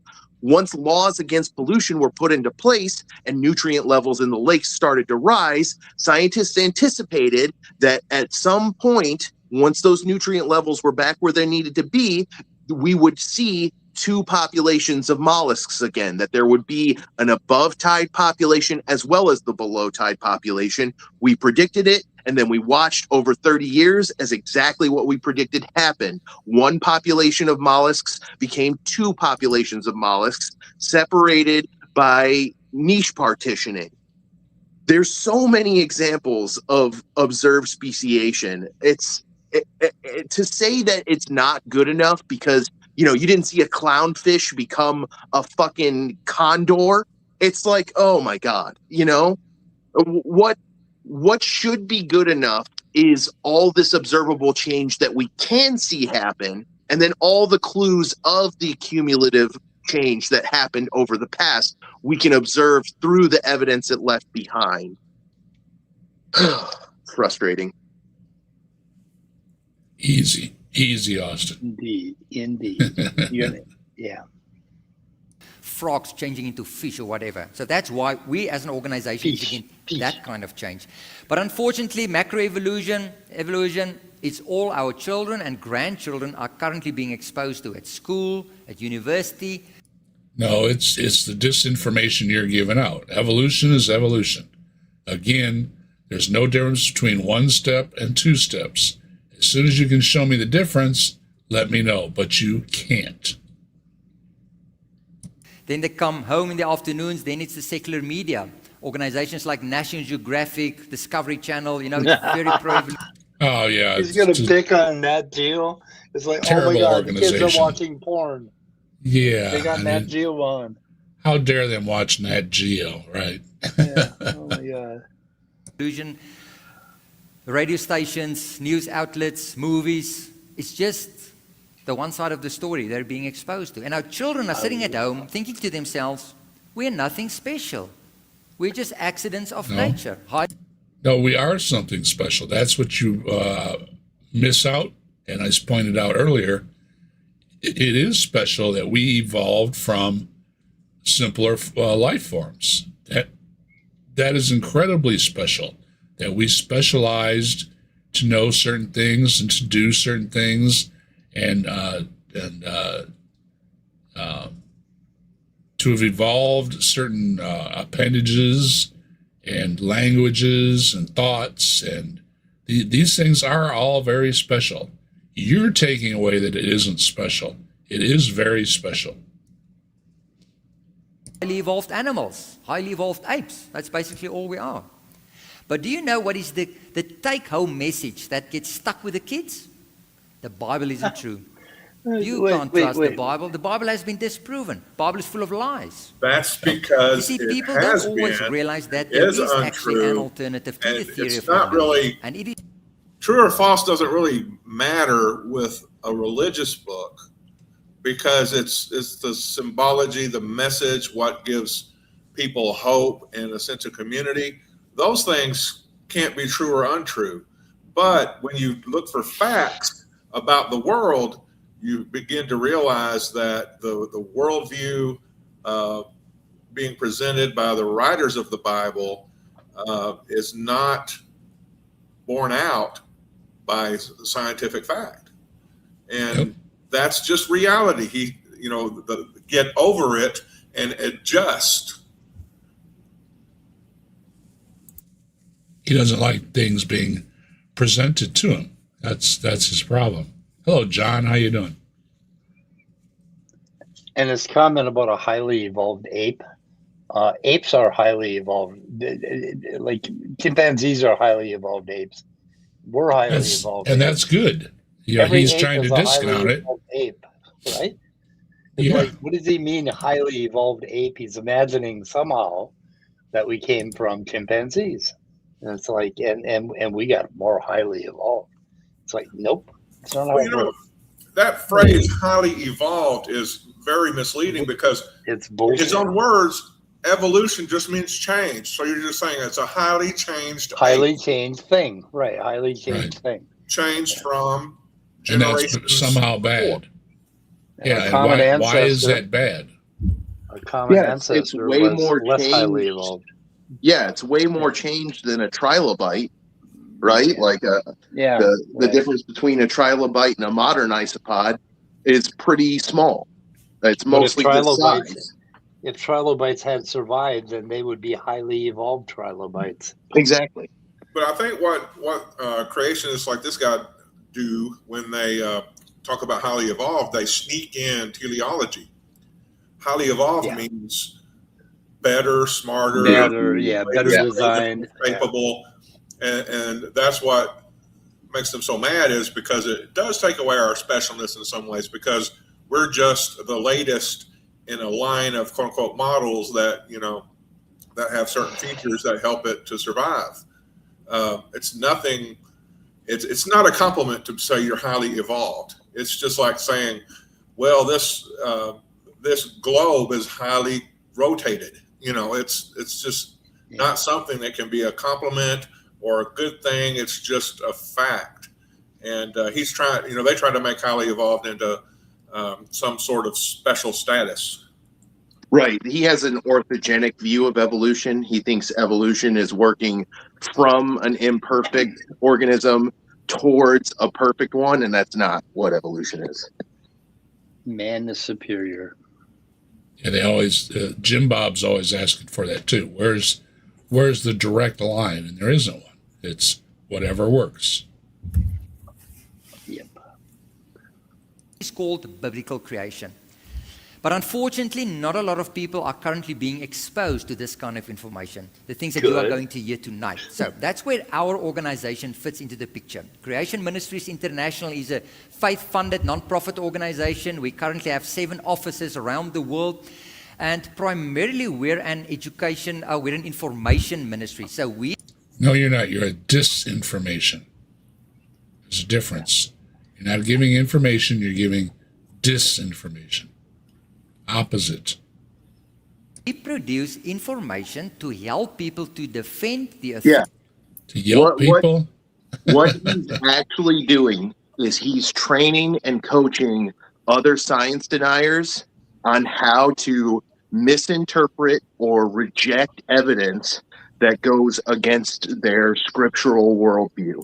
He's not teaching them how to research.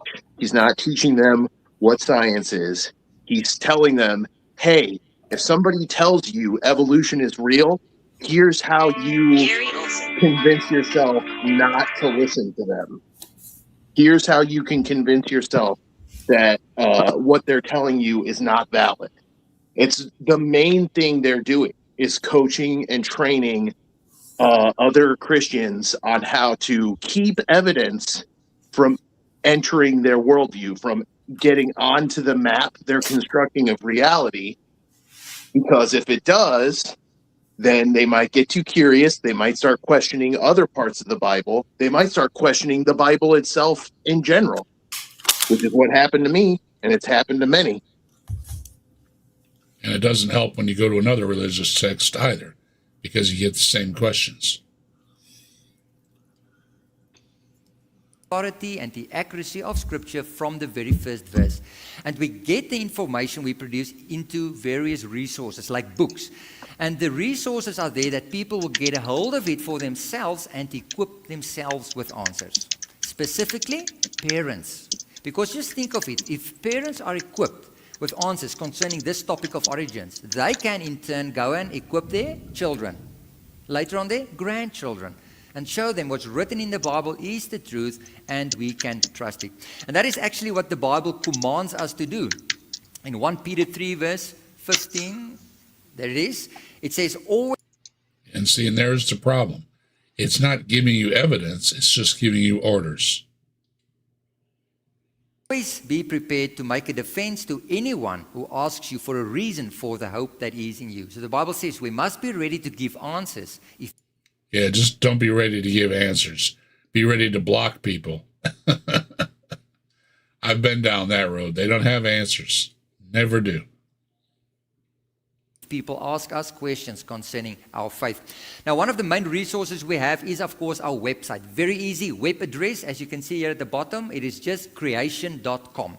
And on that website, you will find more than 45 years of creation information. That's how long our ministry has been going. So all you need to do is you Disinformation. Learn to spell correctly. go to the website, and there's a search engine. And there you just type in any question you have.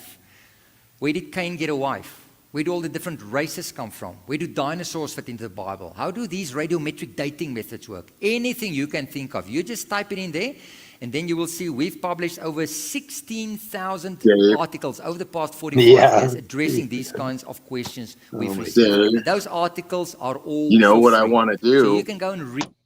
180,000 a year, and I'll help you. You know what I want to do? I want to go to this website he's talking about and search Which one up, is it? how have you solved the heat problem? Yeah. What is his website? Yeah, it was creationministries.com. CMI? Or Yep. is it Creation Ministries? Yeah, CMI.com. They're in 7 offices around the world. Ask them They how need- they solved the heat problem. They need more help. I'm available. Do you have the website brought up? No, I haven't brought it. I'll go check for it. I'm talking about my turkeys. It's Wild creation.com. I want to see how they've solved the heat problem, because he said we can put any question we might have in. That's the immediate first question that popped into my brain. Is it CMI.com? I think he said creationministries.com. Creation Ministries, yeah. Well, that's custom made inventory. Creation. I just typed in creation.com and it took me to their. It might just be, yeah. Okay, Well, here's there's a bunch- an article. there's a bunch of them. Too much heat in Noah's flood. Dealing. Okay. Before you read it, Dave, do you want to put up a poll and ask whether their solution is going to be exotic future superphysics?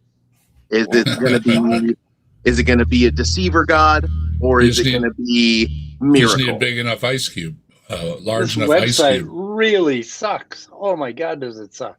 Because it's going to be one or some combination of those three. According to Hawaiian shirt guy, you just need a big enough ice cube. I think that ice cube would be several times larger than the planet itself. Well, Big ice now cream. you're talking about reality, you know. Well, yeah, my bad. There's They have That's 1,000 results for the heat problem. 1,000 results. Yeah. well, there's the word heat and there's the word problem, so we have to be careful. I've heard Hawaiian shirt guy talk about giant ice cubes several times, so that's pretty much the answer. Well, the heat problem, the math that has been done says that you end with a planet that's the superheated plasma hotter than the surface of the sun. And I mean, don't get me wrong, ice has a high specific temperature, but the Earth in that case would also have a very high temperature and is also very massive. So the ice cube would need to be so large that it would essentially throw the Earth off its orbit. So that solution ends up creating its own problems because of the mass such a block of ice would need to have in order to have any impact on the final temperature of the system.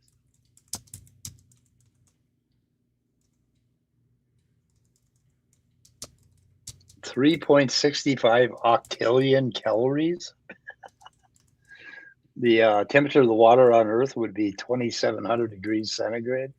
I think that would be water vapor is what they want. The word they want. Yeah, superheated plasma. Yeah. Yep. A different state of matter entirely. How do they find that? Let's see. Nations by trials by one. They have a biblical passage, Deuteronomy 4:32 to 36. What do they say? Yeah, it explains it in Deuteronomy. Naturally, it does. They solved the heat problem in Deuteronomy? I guess they did. Yeah. I must Yeah, have missed that. Well, that's what they're telling me. Let's see. Noah's flood was a purely natural event. Ooh.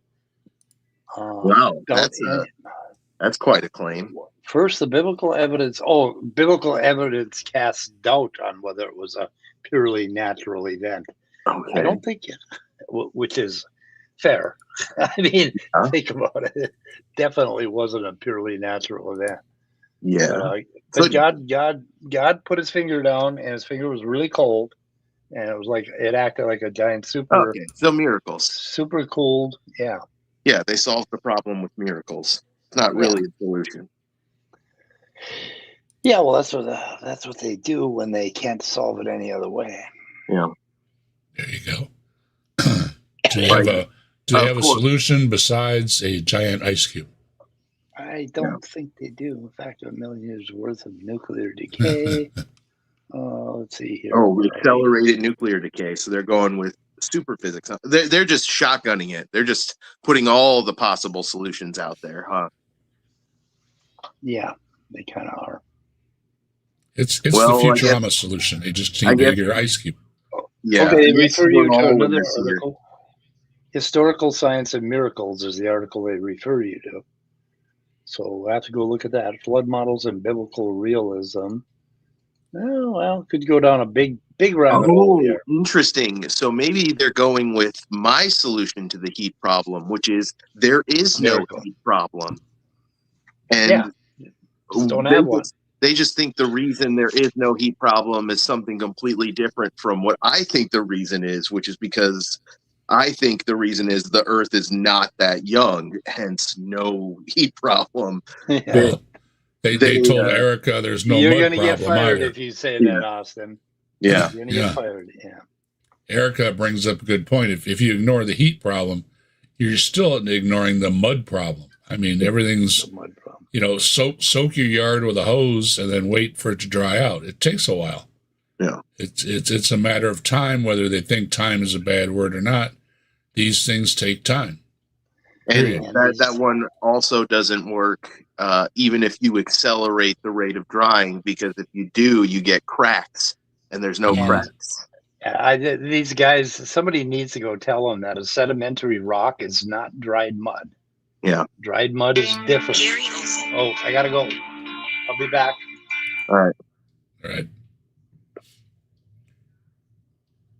Well, let's hear what he's got. You can download it. You can even forward it to your friends and family, and in such a way use our website as a resource this to reach is all the just people him more plugging effectively his with own the shit. Yeah. This is gospel this message. is just his plug. Another method we have to get answers to people is via our electronic newsletter. We call our Can newsletter we an skip info bite. him And the plugging idea with the his shit newsletter and is get to back really to- keep people with the Bible first. So we Here we only go. read Genesis 1. We read it like a child. We believe it like a child. We don't listen Oh to my what the God. world has to. No. He just told you right there. No. Read it like a child, believe it like a child. No, you did not. That's real easy to do, You said the quiet part out loud. I'm so sad Mike missed that. Well, he knows. Oh my God. No. Say concerning millions of years and ape men. Listen, there are some qualities to the childlike view of the universe that are worth preserving. Curiosity, humility, willingness to be convinced. But that doesn't mean the childlike view is the correct one.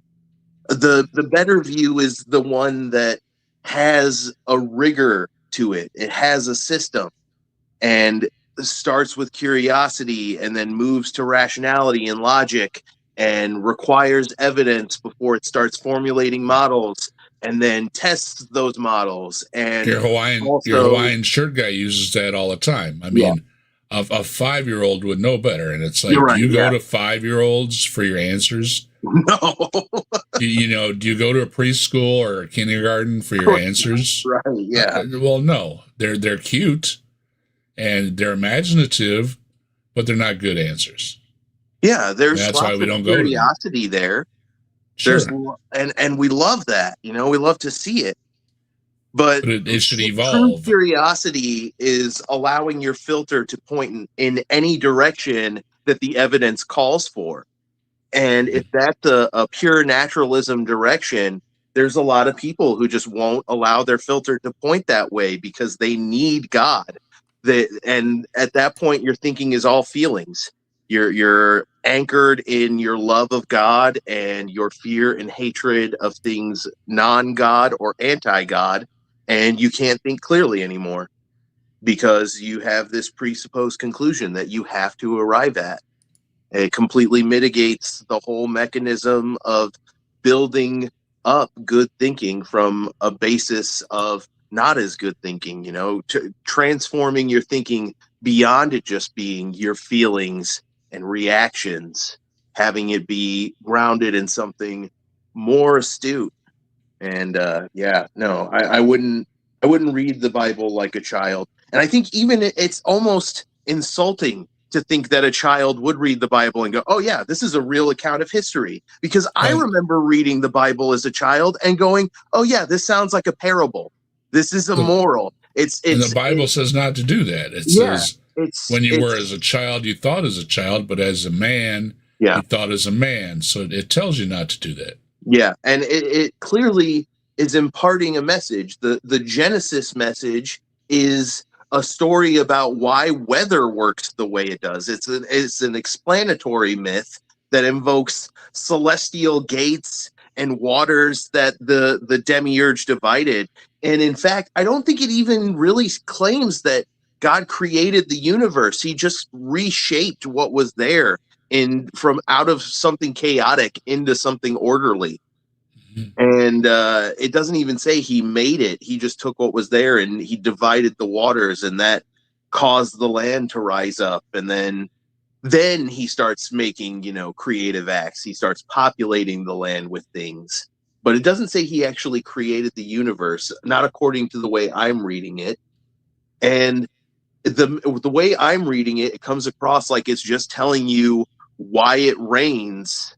And it's telling you why there are things on the planet. It's an explanatory myth. It's very obviously a story, a non-literal parable. Trying to explain things. Yeah, of course.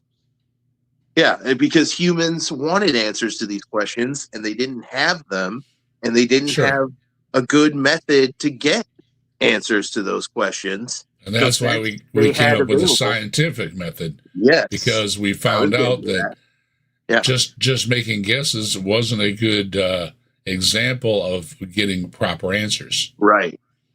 And neither is faith.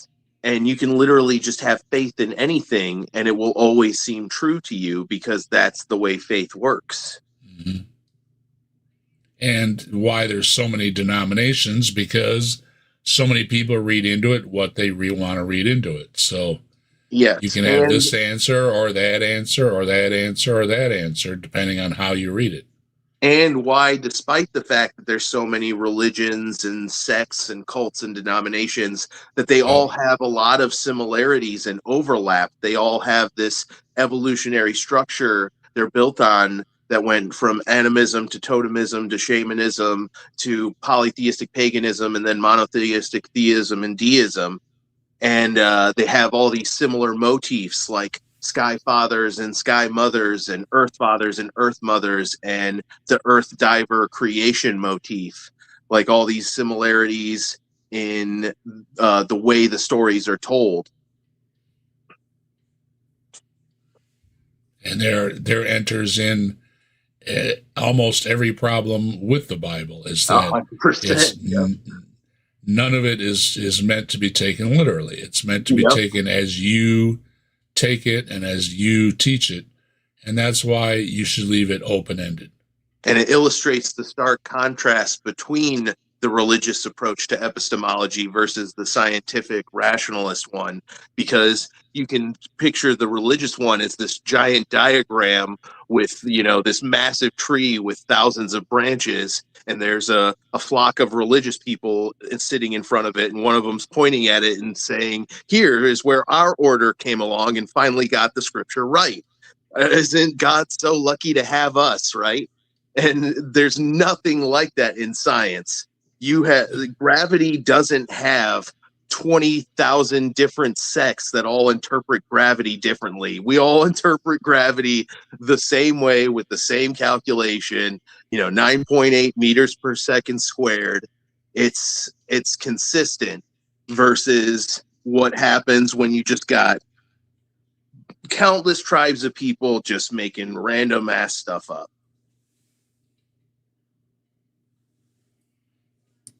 We read only the Bible. Then Scripture says that in 6 days, God created. Which Bible? I mean, that's an open-ended thing too. Worse. Yeah. Created everything out of nothing by just speaking. So that's the big picture we get there in Genesis 1, and I'm sure of it. That's what most of cool story, bro. Does God have a voice box? Does God have vocal cords? You say God created the universe by speaking.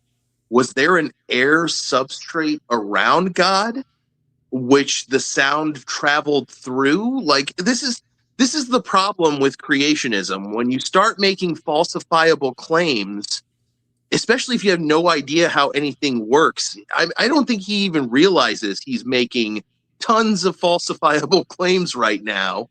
And not even that, claims that fall apart at the logic stage, where it's like, okay, God spoke the universe. Does God have a vocal cord?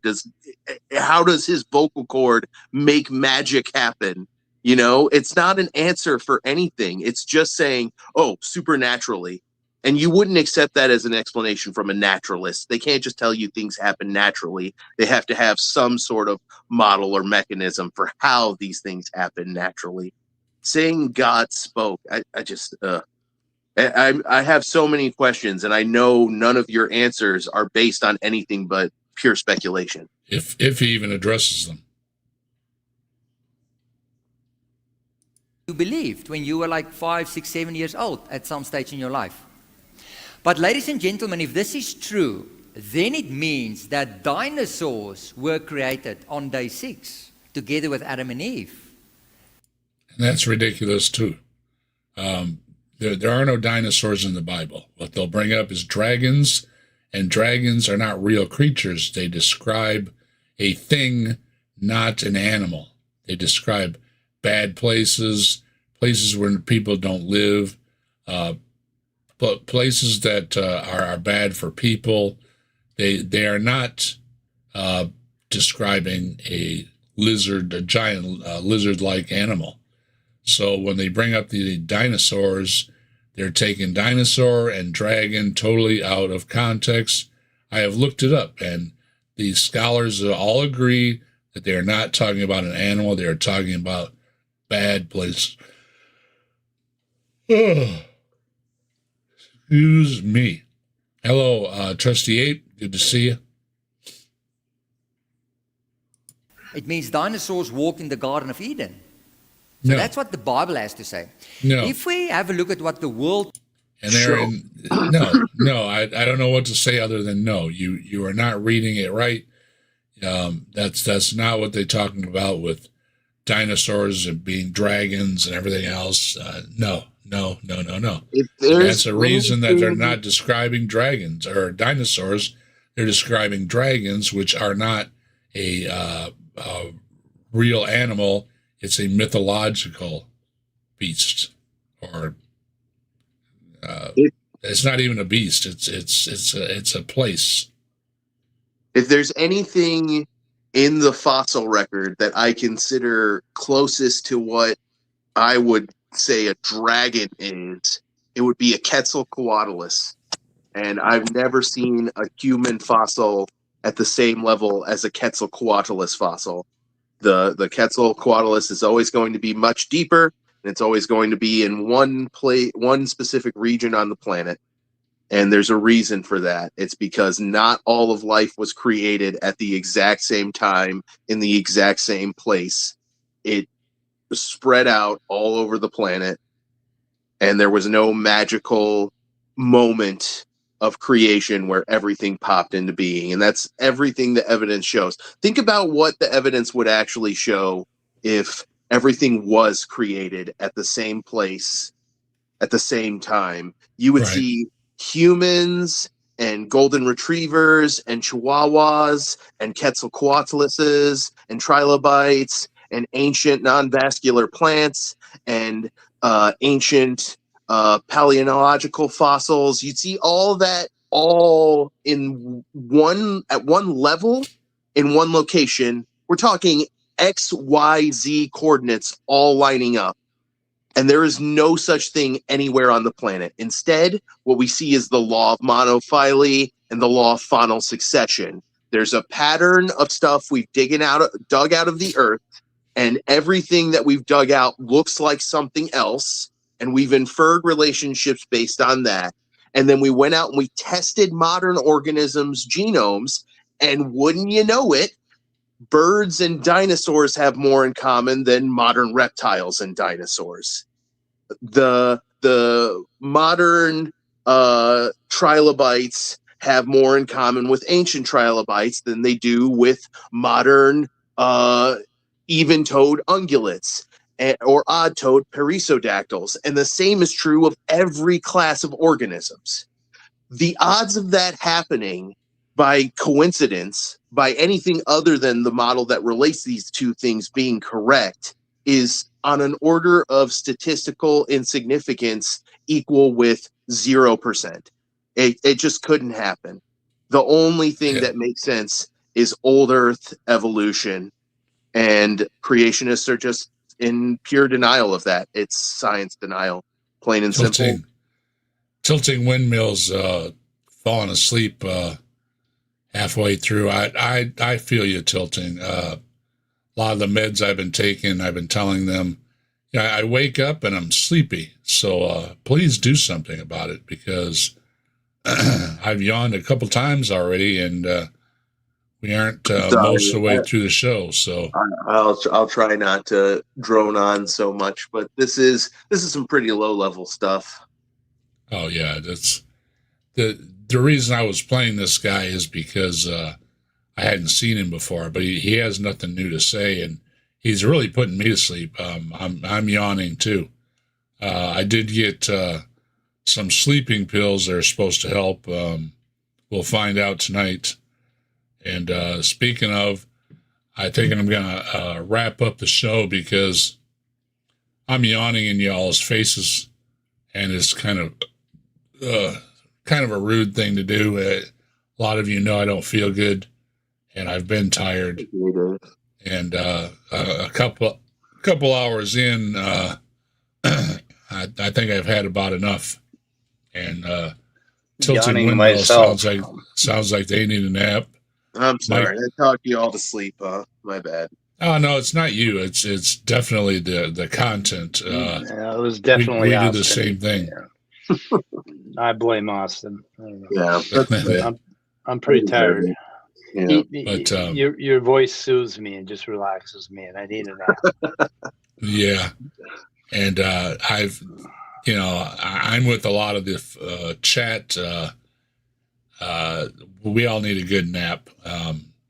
Yep. I don't know what these new pills are going to do, but I'm always hopeful.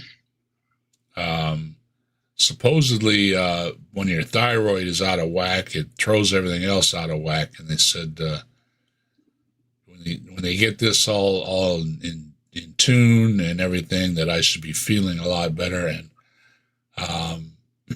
I hope they're right, because they've been giving me promises, and they haven't really been coming to fruition, as well as I'm getting out some tissues. Things are starting to loosen up on me, and that usually means my eyes are getting tired. Well, Dave, it's tradition. We got to give him at least one more shot. We'll give him one more shot, and we'll close it out. Yeah. We definitely will skip a little bit here, and we'll see what he has to say, and then we will say good evening to everybody, like we usually do. So let's skip towards the end here and see what he's got to say. And everybody, make sure to hit the like and the subscribe and do all the don't forget to check the description before you leave.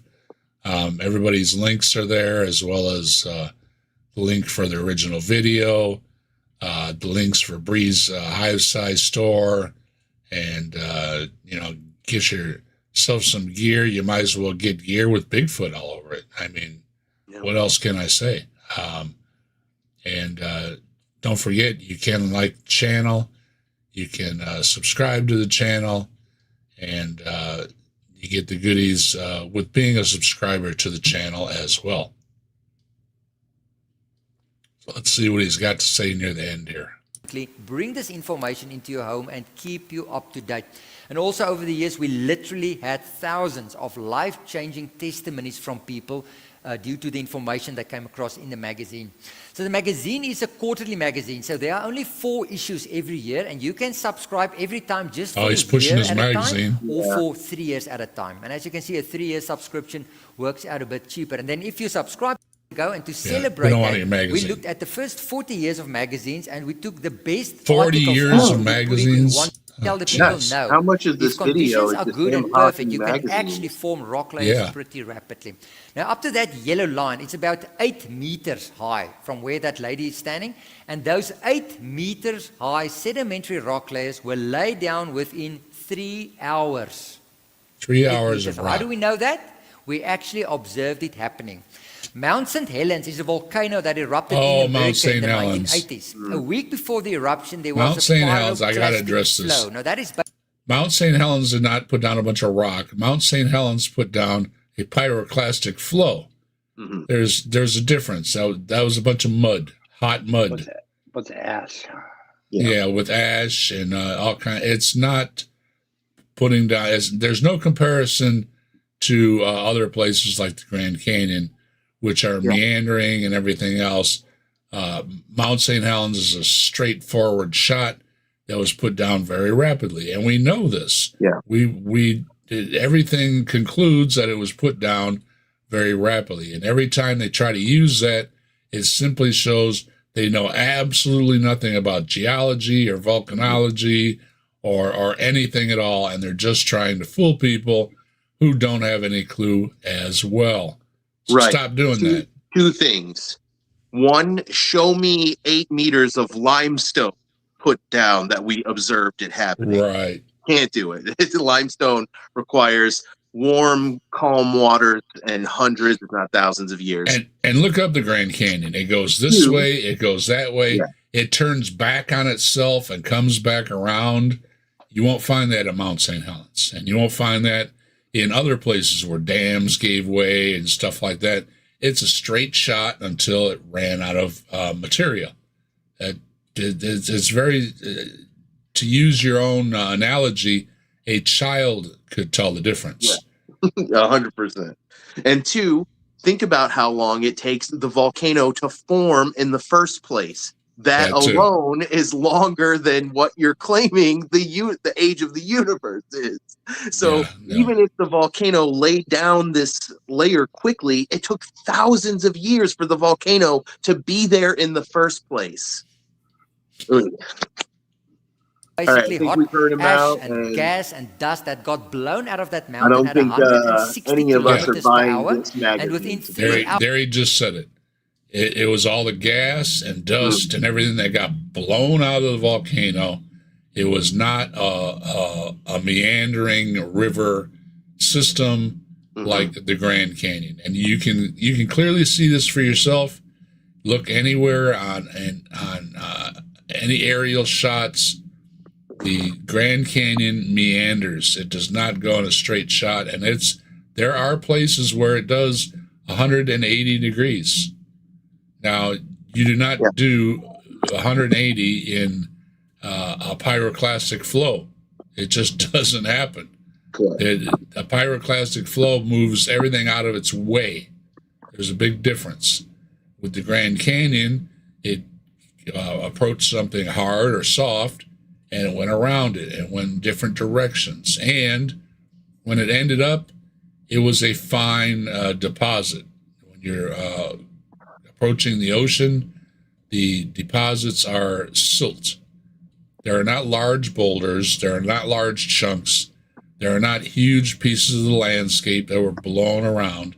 It is all silt, which is a very fine sand for moving a very long time against each other. So this is not even difficult to differentiate by knowing geology or volcanology or anything else.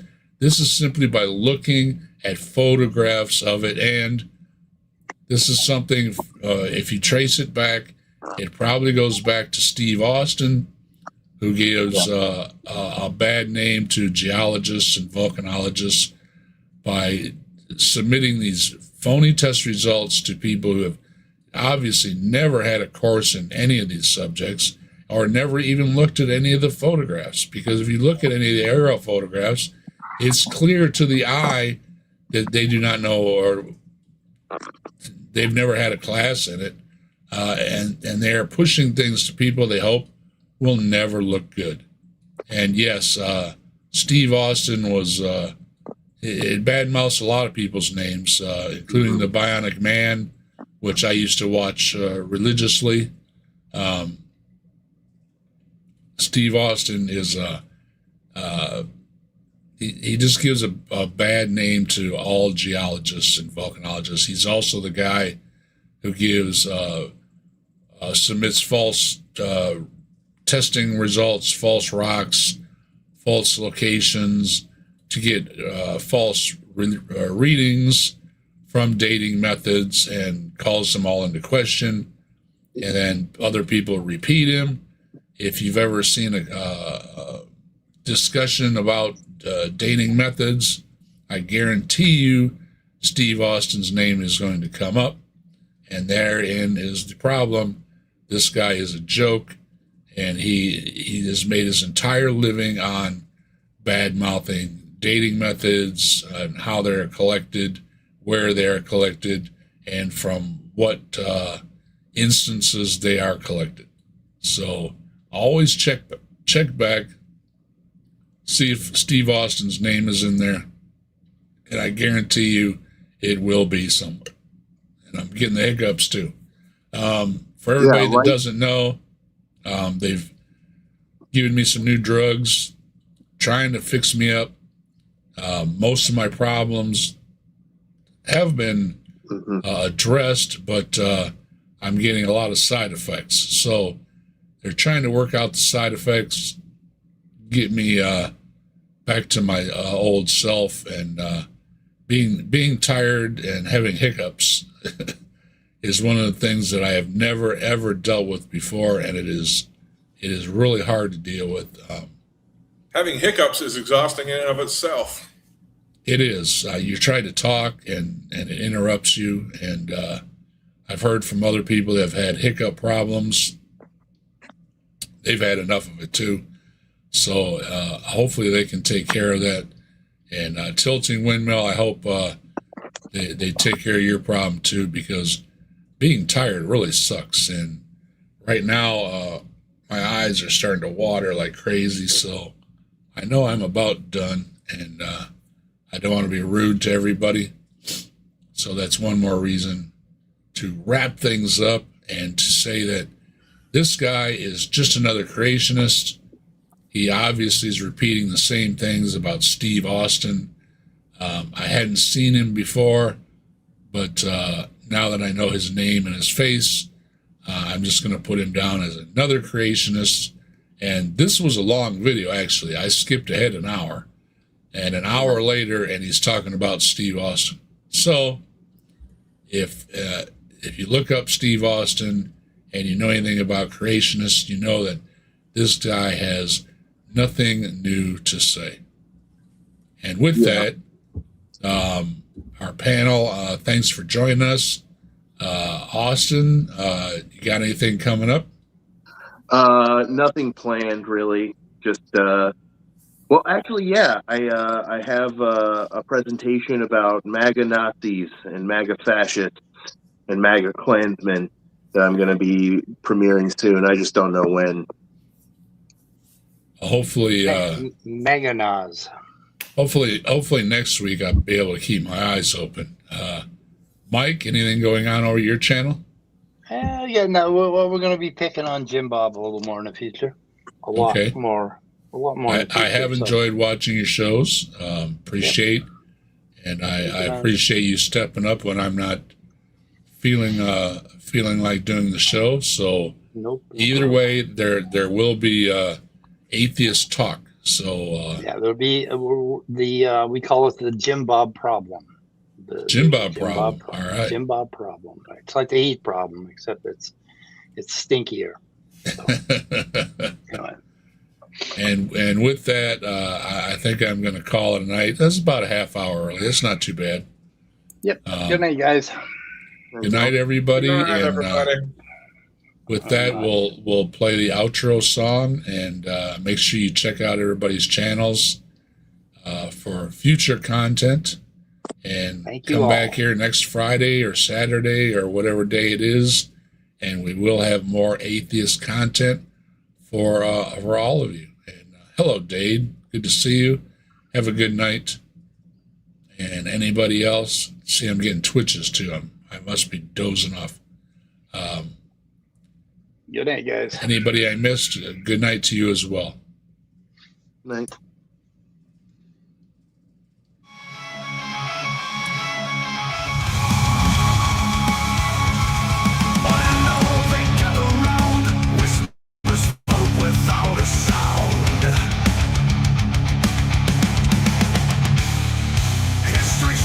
Tales of the Lord knocking at the captive death's door. Oh, legends live within these walls, silent echoes in the halls, books and stories on the floor, knocking at the captive death's door. Oh, captive desk, hold our dreams, where reality and no myth seems. Quiet flow, the mysteries untold will know.